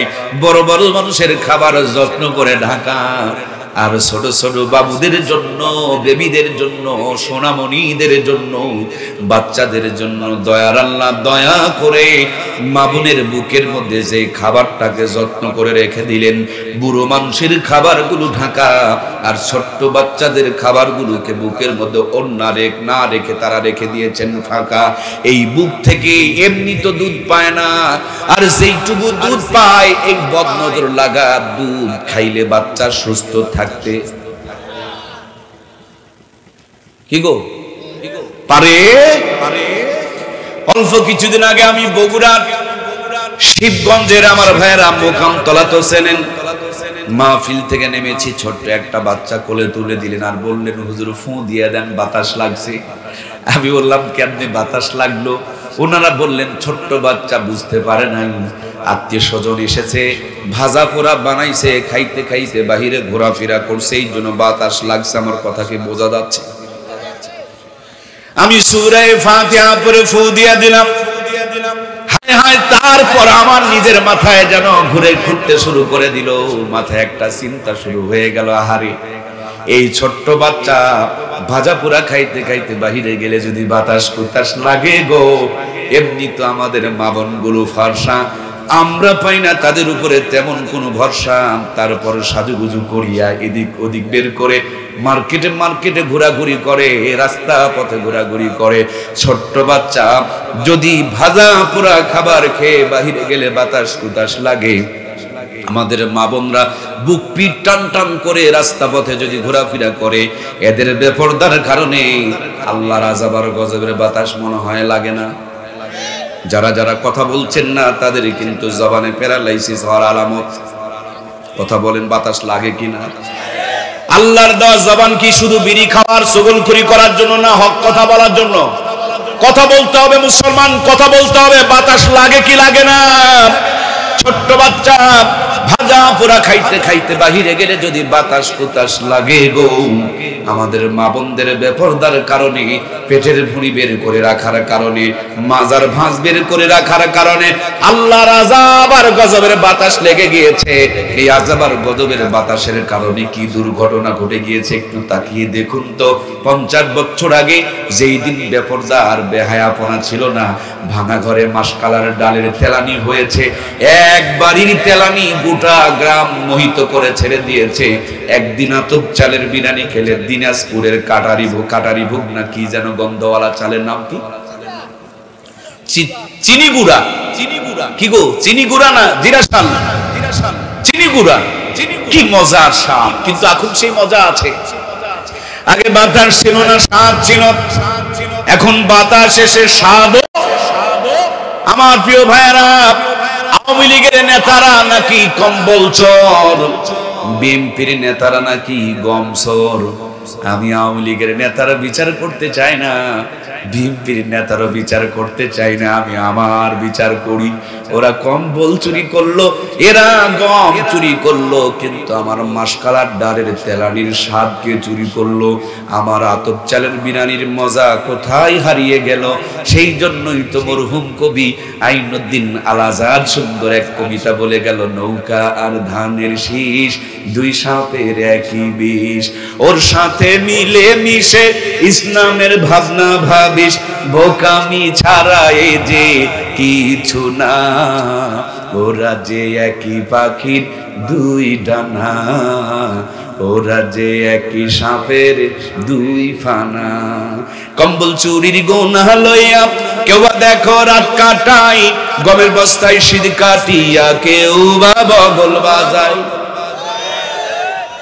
কম্বল চুরির গুনাহ লইয়া কেউ দেখো রাত কাটাই, গমের বস্তায় শীত মারিয়া কেউ বা বগল বাজায়। চোরে চোরে চালতো ভাই, ওদের কোনো বিভেদ নাই, আমেরিকা ভারত ওদের ঠিকানা, ওরা যে একই পাখির দুই ডানা, ওরা যে একই সাপের দুই ফানা। জোরে বলুন মারহাবা। এক জালেম গেছে, আবার ওই চেয়ারে বসার জন্য দেখবেন ওইদিকে রক্তের দাগ শুকায় নাই, ওইদিকে পঙ্গুগুলো হাসপাতালে পড়ে আছে, এরা আবার জুলুম করার জন্য পায়তারা শুরু করেছে। ঠিক না? আমি পরিষ্কার বলতে চাই, যার কপাল জুলুমের পাপ নিয়ে চলে গিয়েছে, সেই চেয়ারে আবার যদি জুলুম শুরু হয়, এর চাইতে ভয়াবহ পতন অপেক্ষা করছে। কথা বলুন ঠিক কিনা? সুতরাং প্রিয় ভাইয়েরা, জুলুম থেকে নিজেকে বাঁচাতে হবে। কষ্ট নিলেন? আমি কি কারোর বিরুদ্ধে বলেছি? চোরের মন, চোরের মন, ঘরের মধ্যে কে রে আমি কলা খাইনি, এরকম বলা যাবে না। আমি চোরকে চোর বলেছি। ভালো মানুষ বাংলার জমিনে ছিল, আছে এবং থাকবে। চোরও ছিল এবং থাকবে। সুতরাং চোরগুলোকে ঘৃণা করব, ভালো মানুষগুলোকে বুকে জড়িয়ে ধরবো। আওয়ামী লীগ মানে চোরের দল নয়, বিএনপি মানে চোরের দল নয়, কিন্তু বেশিরভাগ যদি চোর হয় তখন জাতি যাবে কোন জায়গায়? রাজনীতি থেকে যদি কামাই বন্ধ হয়ে যায়, লিডার খুঁজে পাওয়া যাবে না। এই জন্য আমাদের ভাইয়েরা, যদি খেতেই মন চায় মাটি খাও, কেন দেশ খাও রে ভাই? আল্লাহ জাতিকে কোরআনের জন্য, দেশের জন্য, ইসলামের জন্য কবুল করুন, বলুন আমিন। কষ্ট হচ্ছে প্রিয় ভাইয়েরা? তাহলে আলোচনা করছিলাম, যেদিন ঢাকা ছিল সেদিন রহমত ছিল, বরকত ছিল, কল্যাণ ছিল। এখন ঢাকার পরিবর্তে ফাঁকা, সব জায়গাতে হাহাকার চলছে, ঠিক কিনা? এই তো মাত্র 20 বছর আগে আপনার আমার মূর্খ নানোয়ার দাদুগুলো চলে যেতেন পার্বতীপুর উপায়ে হেঁটে, স্টেশনের পাশে থেকে লবণ মাখা ইলিশের মাছ কিনতেন 5 টাকা 6 টাকা শের কেজি ছিল নাকি? তখন ছিল 5 টাকা 6 টাকা শের। ইজি পাওয়ার ছিল না, মোটরসাইকেল ছিল না, সাইকেল কেনার মতন ক্ষমতা ছিল না। বাজারের ব্যাগে বাজার করে নিয়া কেরাসিনের তেল, সরিষার তেল, ইলিশের মাছ একসাথে নিয়ে হেঁটে হেঁটে রওনা করে, ঝাঁকুনি লেগে লেগে মাঝে মাঝে কেরাসিন দিয়া ইলিশের সঙ্গে ভরে বাড়িতে এসে আমার ভাইয়েরা পুকুরের ঘোলা পানি দিয়া, সাপ্লাই পানি নাই, পুকুরের ঘোলা পানি দিয়া অর্ধ পচা ইলিশের মাছ কোনো মতন ধৌত করেছে। লবণ থাকলে তেল নাই, ঝাল দেওয়ার কথা মনে নাই, খেরের চুলায় বসে গুনগুন গুনগুন করে জাল দেয়, দরুদ শরীফের তেলাওয়াত করে। রান্না হয়ে গিয়েছে, মাথায় কাপড় দিয়া খাবার পরিবেশন করছে। যিনি খেতে বসেছেন তিনিও বিসমিল্লাহ বলে শুরু করেছে। যেই টাকা দিয়া মাছ কিনা হয়েছে, ওই হালাল টাকা দিয়া মাছ কিনা হয়েছে।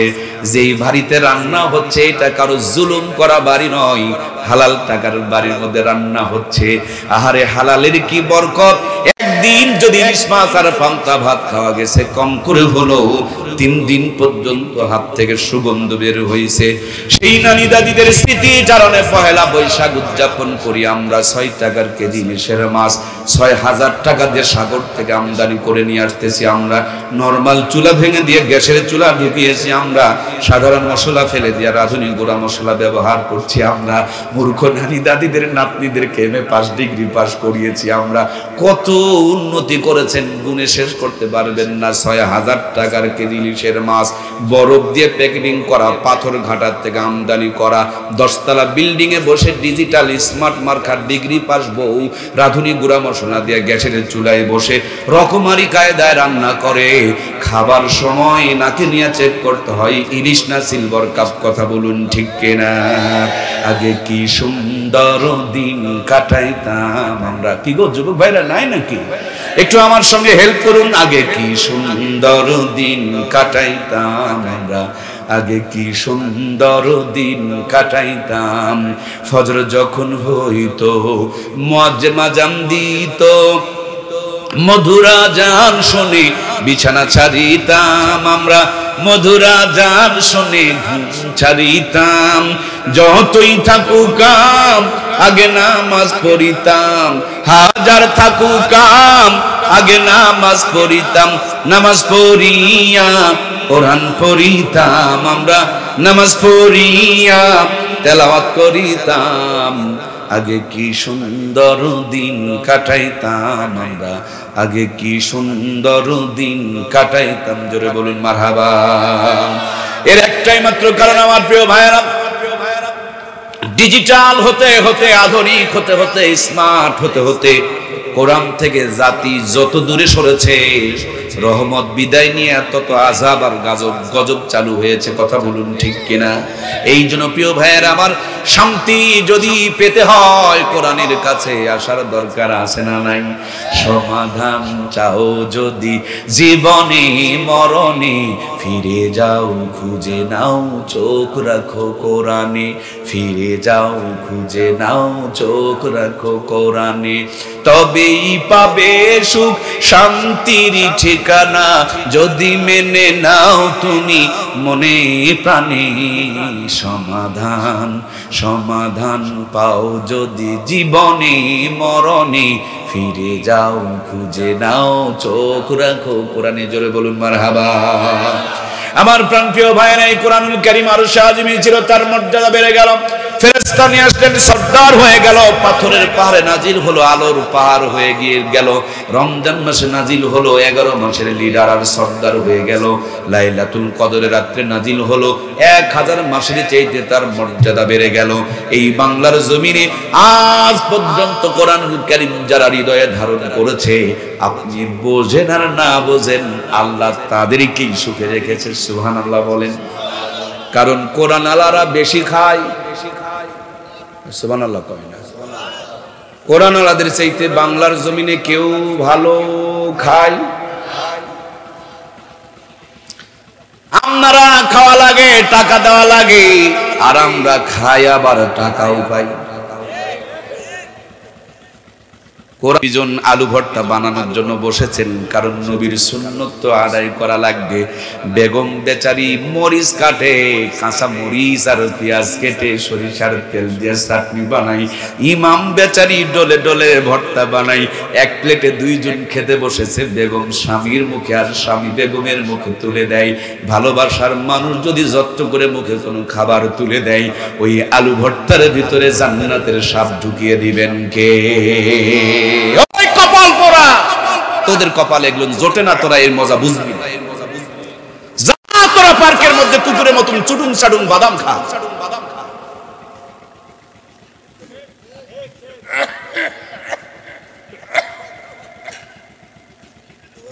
কষ্ট হইল? হাসা কইছি না মিছা কইছি? কিন্তু বোঝে না প্রেম কারে। বেকুব, বাড়িতে বউ আছে, কথা কয় না, সময় দেয় না, আর ওইদিকে hello hello hello hello hello hello. আরে ওইদিকে হেলতে গিয়ে তোরটা যে গেল রে ভাই।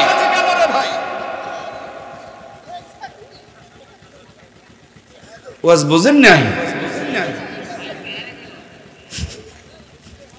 আল্লাহ জাতিকে তুমি বুঝ দাও। বলুন না, আমিন বলুন না।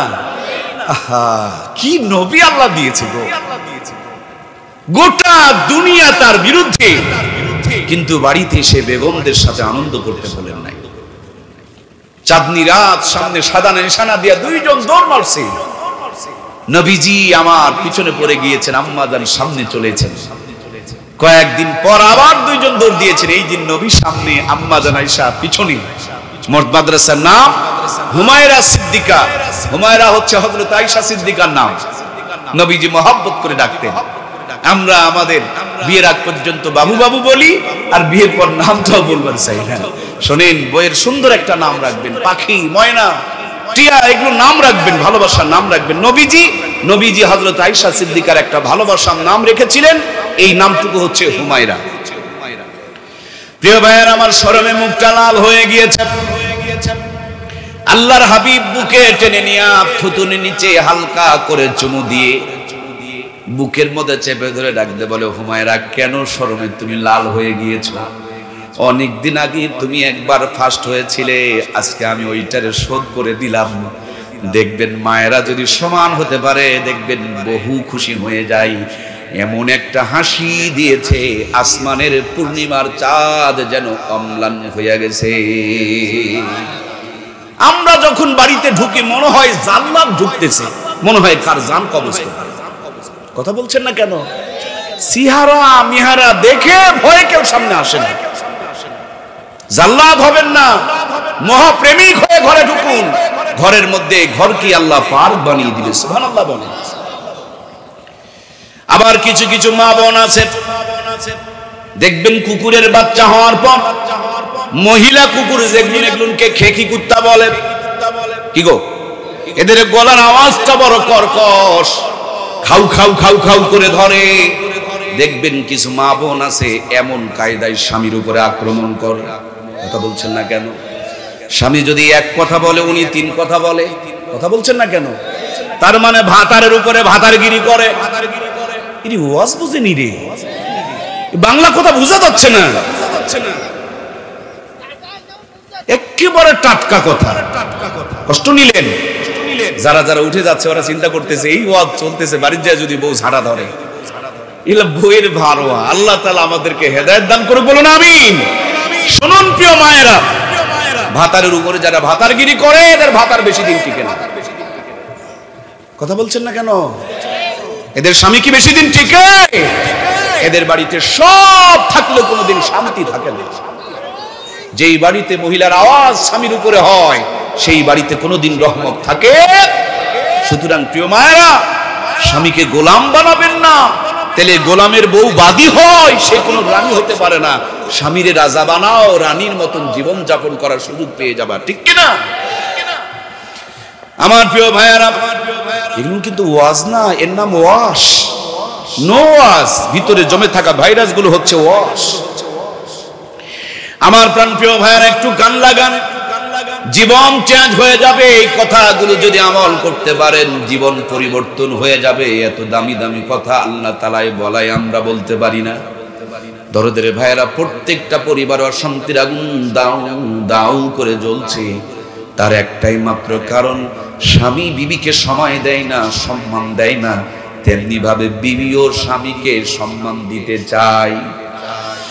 স্বামীকে গোলাম গোলাম বলে ডাকে, স্বামীর সঙ্গে কর্কশ আওয়াজে কথা বলে। ওই মেয়েটাই যখন দিনাজপুরে যায়, রিকশাওয়ালাকে দেখে মুখের সব মধু ঢেলে দেয়। রিকশাওয়ালাকে বলে, ভাইয়া নিউ মার্কেট কি যাবেন? কথা বলেন না কেন? স্বামীর পাশে কর্কশ আওয়াজ, রিকশাওয়ালার সাথে নরম আর কোমল আওয়াজ। রিকশাওয়ালা চিন্তা করে, এইরকম সুন্দরীকে হাতছাড়া করা যাবে? উনি বলে, যাব না মানে অবশ্যই যাব। বলে ভাড়া কত? বলে ভাড়া হলো 50 টাকা। আসলে ভাড়া হয় 150, কিন্তু এই পাবলিক ছাড়বে না, তার জন্য 50 থেকে 150 থেকে কমায় নামাইছে 50-এ। রিকশায় চড়ার পর এত জোরে গিয়ার মারে মনে হয় হেলিকপ্টার যাইতেছে। কথা বলুন ঠিক কিনা? তার মানে মায়েরা শোনো, মা তোমরাই পারো একজন পুরুষের জীবনকে জান্নাত বানিয়ে দিতে। রিকশায় চললে যদি রিকশাওয়ালার পাওয়ার বেড়ে যায়, শক্তি বেড়ে যায়, তোমরাও পারো ভাঙা ঘরে স্বামীর একটু প্রশংসা করে ভাঙা ঘরটাকে জান্নাতের টুকরা বানিয়ে ফেলতে। কথা বলুন ঠিক কিনা? এক মহিলা বাবার বাড়িতে গিয়ে মার গলা জড়িয়ে ধরে বলছে, মা তোমার জামাইয়ের চাইতে খারাপ মানুষ দুনিয়াতে একটাও হয় না। আমি কতদিন থেকে বলছি ওর ভাত খাবো না, কিন্তু এই বেটা এত খারাপ, আমাকে ছেড়েও দেয়। এখন ওর হাত থেকে যদি বাঁচতে হয় তাহলে ওকে খুন করা ছাড়া কোনো উপায়। তুমি আমার মা, আমাকে বুদ্ধি দাও না, কেমনে আমি আমার জামাইকে খুন করব? মা বড় চালাক ছিলেন। মা বলেন, মেয়েরে শোন, এখন যদি জামাইকে মেরে ফেলে দাও সবাই তোমার উপরে সন্দেহ করবে, কারণ সাপ আর বিজির সম্পর্ক। সুতরাং জামাইকে যদি মারতেই হয় একটু বুদ্ধি খাটায়া মারতে হবে। সাপও মরে যাবে, লাঠিও ভেঙে যাবে, কিচ্ছা খতম হয়ে যাবে। এই জন্য জামাইয়ের সাথে একটু প্রেম জমাতে হবে, ভালোবাসা জমাতে হবে, মহাব্বত জমাতে হবে, এমন প্রেম জমাতে হবে জামাইকে মেরে ফেলে দিলেও কেউ যেন তোমার উপরে সন্দেহ। যেই বুদ্ধি সেই কাজ। এবার মেয়ের মুখে হাসি, মার সঙ্গে বসে বসে খায় আর বুদ্ধি করে, প্ল্যান করে কেমনে জামাইকে মারা যায়। মেয়েকে মা শিখিয়ে দেয় মারে, এত সেবা যত্ন খেদমত করবা, এত ভালো ব্যবহার করবা, জামাই যেন তোমার জন্য পাগল হয়ে যায়। জামাইয়ের খালি সেবা করলে চলবে না, জামাইয়ের মা বাবার হোক সেবা যত্ন খেদমত করবা, যাতে করে ওরাও সন্দেহ না করে। আমার ভাইয়েরা, শেষ বেলা যাওয়ার সময় একটা কৌটার মধ্যে সামান্য কিছু পাউডার দিয়ে দিলেন আর বললেন, এখান থেকে শরবত যখন খাওয়াবা 1 চামচ করে শরবতে মিশায়া দিবা। এটা ধীরে ধীরে কাজ হবে, সম্পর্ক উন্নতি হবে, সন্দেহ দূর হয়ে যাবে, আস্তে আস্তে মৃত্যুর কোলে ঢলে পড়বে, সব কিচ্ছার খতম হয়ে যাবে। বাড়িতে যাওয়ার পর আমার ভাইরা একটু কান লাগান, বাড়িতে যাওয়ার পর আমল শুরু হয়ে গিয়েছে। যেখান থেকে আসে শরীর থেকে কাপড়গুলো খুলে নেয়, গোসল করিয়ে গা মুছিয়ে দেয়, বিছানায় নিয়ে আদর করে তুলে তুলে খাওয়ায়। ঘুমানোর আগ পর্যন্ত মা টিবাটিবি করে, কপাল টিবাটিবি করে, এত ভালোবাসা দিয়েছে। 3 দিনের মধ্যেই জামাই একবারে বিবির প্রেমে পড়ে গিয়েছে। এখন স্যারের কাছে ছুটি নিয়ে 3 দিনের জন্য সৈয়দপুর থেকে কক্সবাজার ঘুরতে চলে গেছে। সুবহানাল্লাহ বলেন। এত সুন্দর সম্পর্ক হয়েছে, শাশুড়ি যেটা বউকে দেখতে পারতো না, ওই শাশুড়ি এখন বউ ছাড়া খেতে বসে। খেতে বসলে বউয়ের পেটে প্লেটের মধ্যে মাছের মাথাটা তুলে দেয় আর বলে, মা আমরা জীবনে অনেক খাইছি, তুমি নতুন মানুষ খাও। সুবহানাল্লাহ বলেন। শ্বশুর যখন বাজার থেকে পার্বতীপুর থেকে আসে, দিনাজপুর থেকে আসে, আসার সময় বৌমার জন্য 1000-1500 টাকার খাবারের বাজার করে নিয়ে আসে। মানে গোটা বাড়িটা যেন প্রেমে পড়ে গেল। মেয়েটা একদিন দুপুর বেলা এক দৌড় দিয়া বাবার বাড়িতে চলে গেল। বাবার বাড়িতে গিয়া মার গলা জড়িয়ে ধরে এই না সেই কান্না শুরু করেছে, মারে মা, ও মা, তোমার জামাইয়ের চাইতে ভালো মানুষ আর দুনিয়াতে একটাও হয়? এক সপ্তাহ আগে তার চাইতে খারাপ মানুষ কেউ ছিল, এখন এক সপ্তাহ পর তার চাইতে আর ভালো মানুষ কেউ হয়? চোখের পানি ছেড়ে গড়াগড়ি করে কাঁদে আর বলে, মা সর্বনাশ হয়ে গিয়েছে। আহারে আমি তো 3 দিন পর্যন্ত ওই তোমার পাউডারটা মিশাই মিশাই খাওয়াইছি। তোমার জামাই যদি ওই বিষের কারণে মরে যায়, আমিও কিন্তু তার সাথে সাথে মরে যাব, তাকে ছাড়া 1 মিনিটও বাঁচবো না। শুধু তোমার জামাই ভালো না, তোমার বিয়ানো ভালো, তোমার বিয়ায়ও ভালো।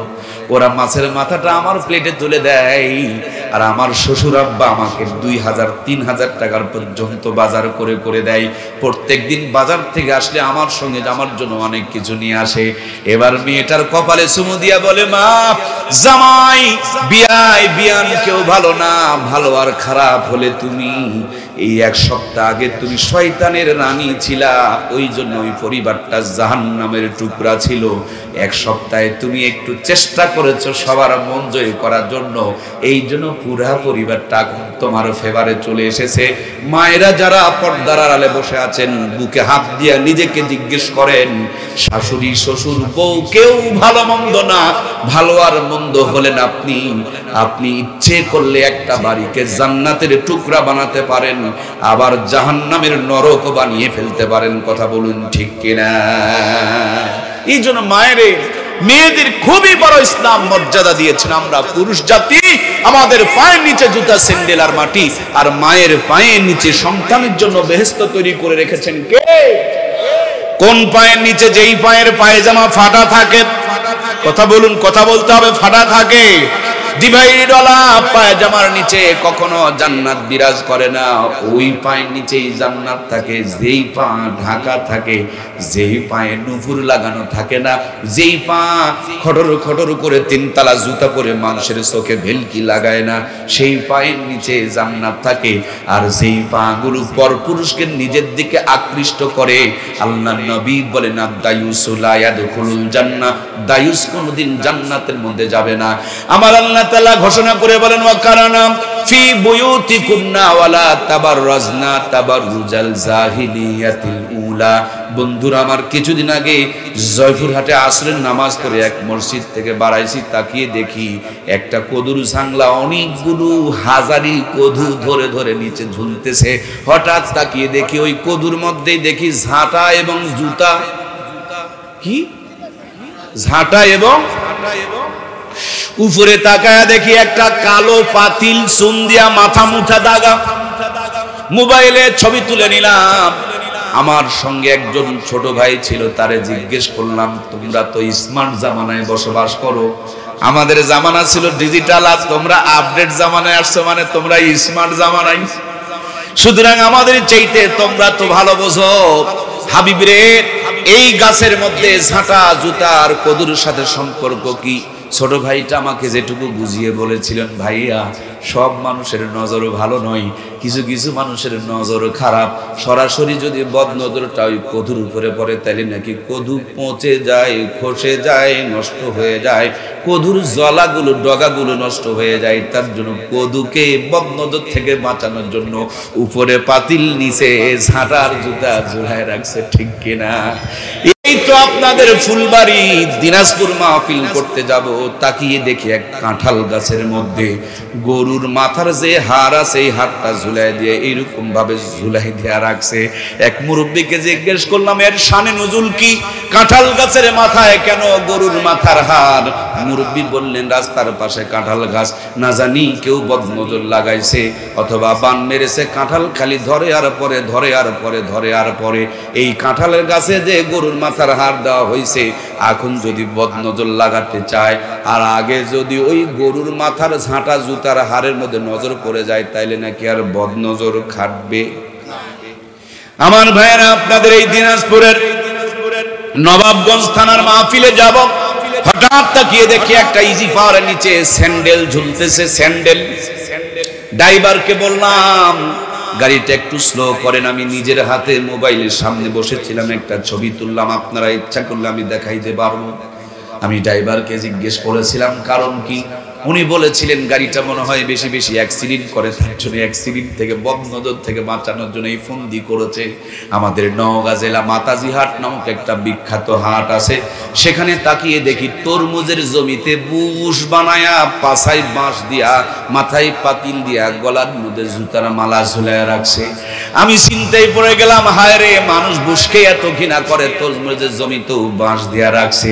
এক মুরব্বী শুনে বলে, বেটা, বুশের পাছায় বাঁশ দেওয়া হয় নাই, এটা হলো তরমুজ বাঁচানোর কায়দা। সরাসরি যদি কিছু বদনজর, মানুষের এত নজর, খারাপ বদনজর যদি তরমুজের উপরে পড়ে, তরমুজ নাকি পচে যাবে, খসে যাবে, নষ্ট হয়ে যাবে। এই জন্য কাকাতুয়া বানায় রাখছে। দেখবেন মাঝে মাঝে বেগুনের জমিতে এরকম দেখা যায়। কথা বলুন ঠিক কিনা? আমার ভাইয়েরা, আমাদের গ্রামে হানাফিয়ারা আহলে হাদিসের গুতাগুতি আছে। এই জন্য তারা মাদ্রাসা, মসজিদ, ঈদের মাঠ, কবরস্থান ভাগ করে ফেলে দিয়েছে। এখন খালি মক্কা মদিনা বাকি আছে, এই দুইটাও যেন কোনোদিন ভাগ করে ফেলবে। আমার প্রিয় ভাইয়েরা, আমি ওই দিকে যাব না, সময় কুলাবে না।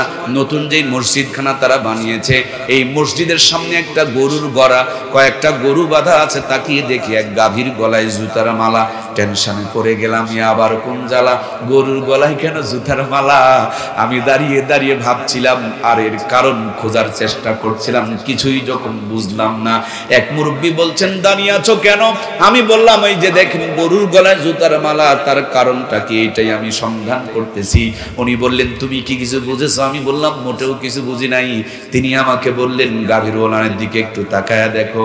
তাকায়া দেখি দুধের বাঁট 4টা, তার মধ্যে 3টাই দুধের বাঁট পচে গিয়েছে। নাউজুবিল্লাহ বলবেন না? মাথাটা চক্কর দিয়া উঠলো, পড়েছিলাম এক পেরেশানিতে, পড়ে গেলাম আর একটাতে। আমি জিজ্ঞেস করলাম, চাচা, ওই জুতা আর দুধের বাট পচার সাথে সম্পর্ক কি? চাচা আমারে বললেন, আশরাফুল মাখলুকাত, সৃষ্টির শ্রেষ্ঠ জীব মানুষ, এই আবলা জানোয়ার গরুটাকে বান মেরেছে, মুগ্ধ করেছে, বদনজর লাগাইছে। এই জন্য গাভীর 3টা দুধের বাট পচে। একটু বলতে হবে, পচে। মাথায় আমার আরো চক্কর দিয়ে উঠল। আহারে, বান মারলো মানুষ আর জুতার মালা কার গলায়? বিচার কি ঠিক হইছে রে ভাই?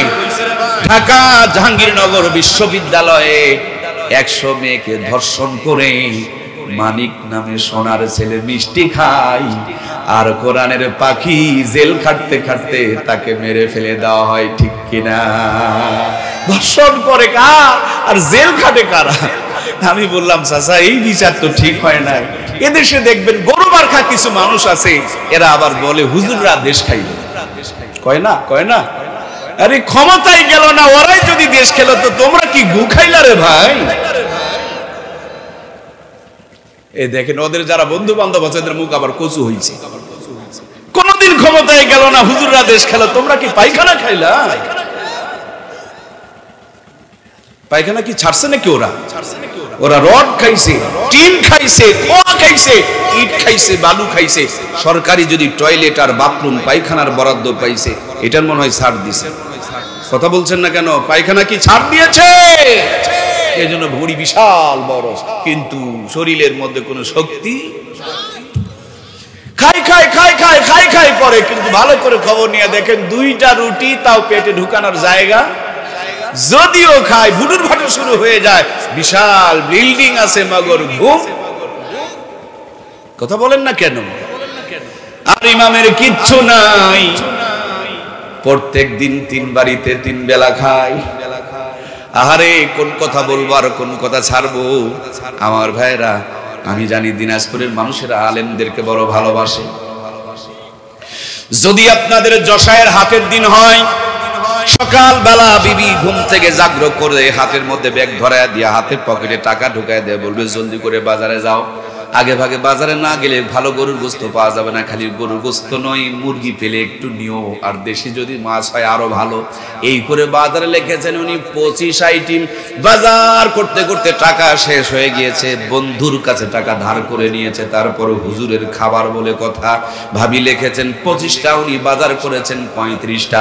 আল্লাহর বান্দি যত্ন করে রান্না করতেছে, চিন্তা করতেছে হুজুর যত্ন করে খাওয়াইতে হবে, কারণ প্রত্যেক দিন মানুষের বাড়িতে বাড়িতে খায়। খাবার যদি দুর্বল হয় তাহলে দুর্নাম হয়ে যাবে। আমার ভাইরা, ইমাম বড় চালাক, চিন্তা করে আমি যদি বাড়িতে গিয়া খাই তাহলে আমার বউ তো পাতিল নিয়ে লটর ফটর করবে। এই জন্য টিফিন বক্স পাঠায়া দেয়, এক বাটির মধ্যে 4 আইটেমের তরকারি ঢুকায়া দেয়। তরকারি বাটির মধ্যে গন্ডগোল লেগে যায়।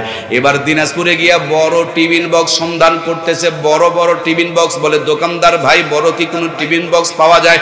দোকানদার বলে ডিজিটাল জামানা, কোনো কিছুর সমস্যা এখন হয় না, এখন 12 তলা পর্যন্ত টিফিন বক্স বের হয়েছে।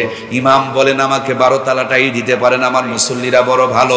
উনি 12 তালা টিফিন বক্স কিনে হাজির হয়েছে। ভাবি সাহেবা 14 আইটেমের তরকারি রান্না করে অপেক্ষায় রয়েছে। 12 তালা 12 আইটেম দিয়ে ভর্তি, এখনো পর্যন্ত 2 আইটেম বাকি। প্লাস্টিকের বাটিতে করে সাজায়া দেয়। একজনের খাবার 3 থেকে 4 জন পর্যন্ত খায়, তারপরে খাবার খেয়ে শেষ হয় না। বাজারেও যাওয়া লাগে না, কষ্ট করে রান্নাও করা লাগে না, শুধু আল্লাহর কোরআনের সঙ্গে থাকার কারণে এই শান মান ইজ্জত এখনো পর্যন্ত বাড়িয়ে রেখেছেন কে?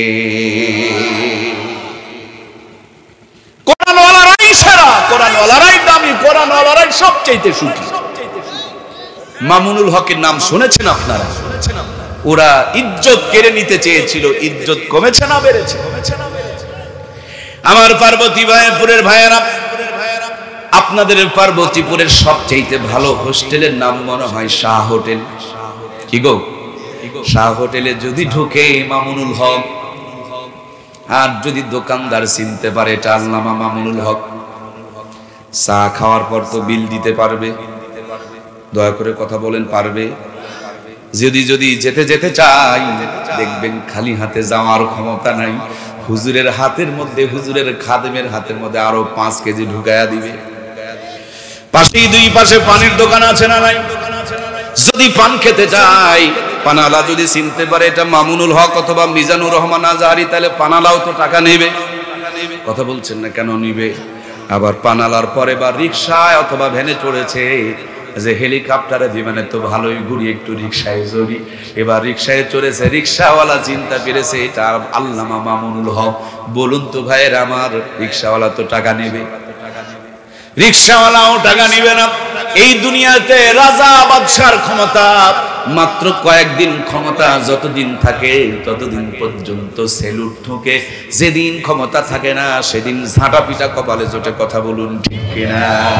কিন্তু কোরআনওয়ালাদের দিকে তাকিয়ে দেখুন, এরা দুনিয়াতে এমন মর্যাদার অধিকারী, মৃত্যুর আগ পর্যন্ত বয়স যত ভাগ বাড়বে, দাড়িগুলো যত পাকবে, সম্মান আর ইজ্জত তত তাদের বাড়িয়ে দিবেন কে? আমি তো দেখেছি আমার কলিজার টুকরা দরদের ওস্তাদ আহমদ শফি সাহেবকে, আমি হযরতকে দেখেছি। আরে আল্লাহর ওলিদের শুধু সম্মান বাড়ে না, কোরআনওয়ালাদের খালি ইজ্জত বাড়ে না, কোরআনওয়ালাদের জুতারও ইজ্জত বাড়ে। সুবহানাল্লাহ কয় না?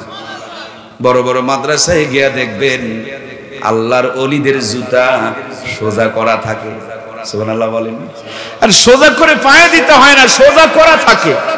আমি কয়েকবার গিয়েছি আমার হুজুরের জুতা সোজা করে দেওয়ার জন্য, যাওয়ার আগেই দেখি কেউ বগলে নিয়ে আছে। সুবহানাল্লাহ বলবেন না? শুধু কোরআনের সঙ্গে লাগার কারণে কি ইজ্জত, কি মর্যাদা, কি সম্মান আমার আল্লাহ তাআলা দান করেছেন। অল্প কিছুদিন আগে কুড়িগ্রাম গিয়েছিলাম বন্যা দুর্গতদের ত্রাণ দেওয়ার জন্য।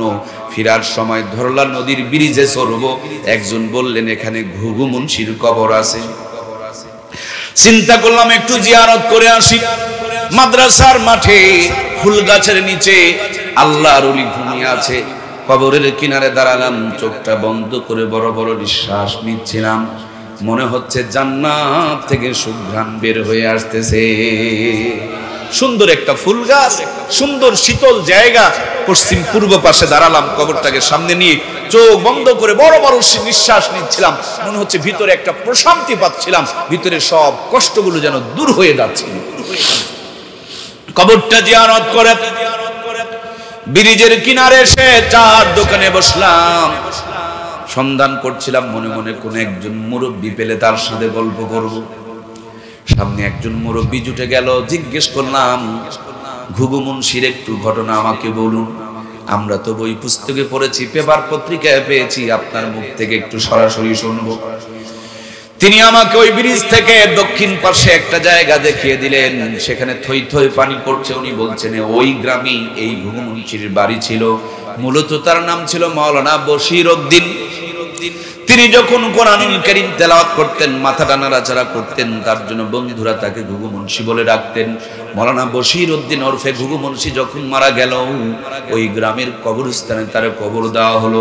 কালের বিবর্তনে, নদীর ভাঙনে গ্রামটা ভাঙতে শুরু করে দিয়েছে, মানুষজন বাড়িঘর সরায় নিয়ে চলে এসেছে। এই তো কিছুদিন আগে ওই ঘুঘু মুন্সির কবর যখন ভাঙতে শুরু করেছে, রাখালেরা দেখার পর আমাদের খবর দিয়েছে। আমরা সবাই গিয়া কবর থেকে লাশটাকে যখন উত্তোলন করেছি, চিনতে পারি না এটা কার লাশ। মুখ থেকে কাফনের কাপড়টা সরায়া দেখি 32 বছর পূর্বে কার কোরআনওয়ালা আল্লাহর ওলি ঘুঘু মুন্সির চেহারা টসটসা সরু তাজা রয়ে গেছে। এজন্য প্রাণপ্রিয় ভাইয়েরা আমার, আপনি আপনার সন্তানকে যদি জাহান্নাম থেকে বাঁচাইতে চান, করোনা থেকে বাঁচার জন্য করোনার টিকা দিয়েছেন, 6টা রোগ থেকে বাঁচার জন্য 6টা রোগের টিকাও দেওয়াইছেন, ঠান্ডার থেকে বাঁচার জন্য শীতের পোশাক পরাইছেন, আবার বৃষ্টির থেকে বাঁচার জন্য রেইনকোট কিনে দিয়েছেন। জাহান্নাম থেকে বাঁচানোর জন্য এই কোরআনুল কারীমের সফটওয়্যারটা মাথার মধ্যে ঢুকিয়ে দেওয়ার দরকার আছে না নাই? আমার ভাইয়েরা, এখান থেকে মাহফিল শেষ করে আমি জয়পুরহাট যাব। নিম্ন হলেও 50টা রাস্তার মোড় পড়বে, কোথাও যদি ভুল করি তাইলে তো জয়পুরহাট যাওয়া যাবে। জান্নাতে আমাদের বাড়ি, বরাবর বাড়ি জান্নাতে, জান্নাত থেকে এসেছি আবার জান্নাতে যাব। এই লম্বা পথ অতিক্রম করতে গিয়ে আমাদের রাস্তা ভুল হওয়ার সম্ভাবনা আছে, রাস্তা যেন হারিয়ে না যায়। এই জন্য কোরআনুল কারীম দিয়া আপনাকে আমাকে গাইডলাইন করে জান্নাতের পথ দেখিয়ে রেখেছেন কে? মাঝে মাঝে রাতের বেলা যখন আমরা দূর দূরান্তে যাই, রাস্তা চিনতে পারি না, টাচ মোবাইলে একটা অপশন আছে, একটা সফটওয়্যার আছে, এই সফটওয়্যার নাম হলো লোকেশন। ওখানে গিয়া লিখে দিতে হবে দিনাজপুর থেকে জয়পুরহাট, দেখায়া দিবে কত কিলোমিটার দূরে, দেখায়া দিবে কয়েক ঘন্টা সময় লাগবে। গাড়িটা যখন চলবে তখন দেখাবে কত স্পিডে চলতেছে, ডানের গ্রামের নাম কি, বামের গ্রামের নাম কি, কতক্ষণ পর মোড় আছে, কোন রাস্তায় যেতে হবে। এই লোকেশন যেমন আপনাকে রাতের বেলা অন্ধকারে পথ দেখাই, আল্লাহর এই কোরআন তেমনি একটা লোকেশন। দুনিয়ায় ডাক্তারি, মাস্টারি, ইঞ্জিনিয়ার গিরি করবেন, হৃদয়ে যদি কোরআনুল কারীম থাকে আপনাকে জান্নাতের লোকেশন দেখাবে। ডাক্তারি, মাস্টারি, ইঞ্জিনিয়ারি করতে করতে আল্লাহর জান্নাতের বান্দা আবার জান্নাতে চলে যাবে। প্রিয় ভাইয়ের আমার, আপনাদের পার্বতীপুরে ট্রেন আছে, চেনেন তো আপনারা? আসার সময় ট্রেনের লাইন দেখলাম, সাইকেল চালানো বড় কঠিন, এদিক ওদিক পড়ে যেতে পারে, কিন্তু ট্রেন পড়ে যায় না। ট্রেনের লাইন হলো 2টা, একবার যদি চড়তে পারেন ঢাকা আপনি পৌঁছে যাবেন। জান্নাতের তেমনি লাইন হলো 2টা, কোরআন আর সুন্নাহ। একবার যদি আপনি আপনার সন্তানকে তুলে দিয়ে ঠেলা মারে দিতে পারেন, এই সন্তান দুনিয়ার সব কাজ করবে, নামাজ পড়বে, রোজা করবে, পর্দা করবে, হালাল খাবে, এর ভিতর দিয়ে আল্লাহর বান্দা জান্নাতে পৌঁছে যাবে।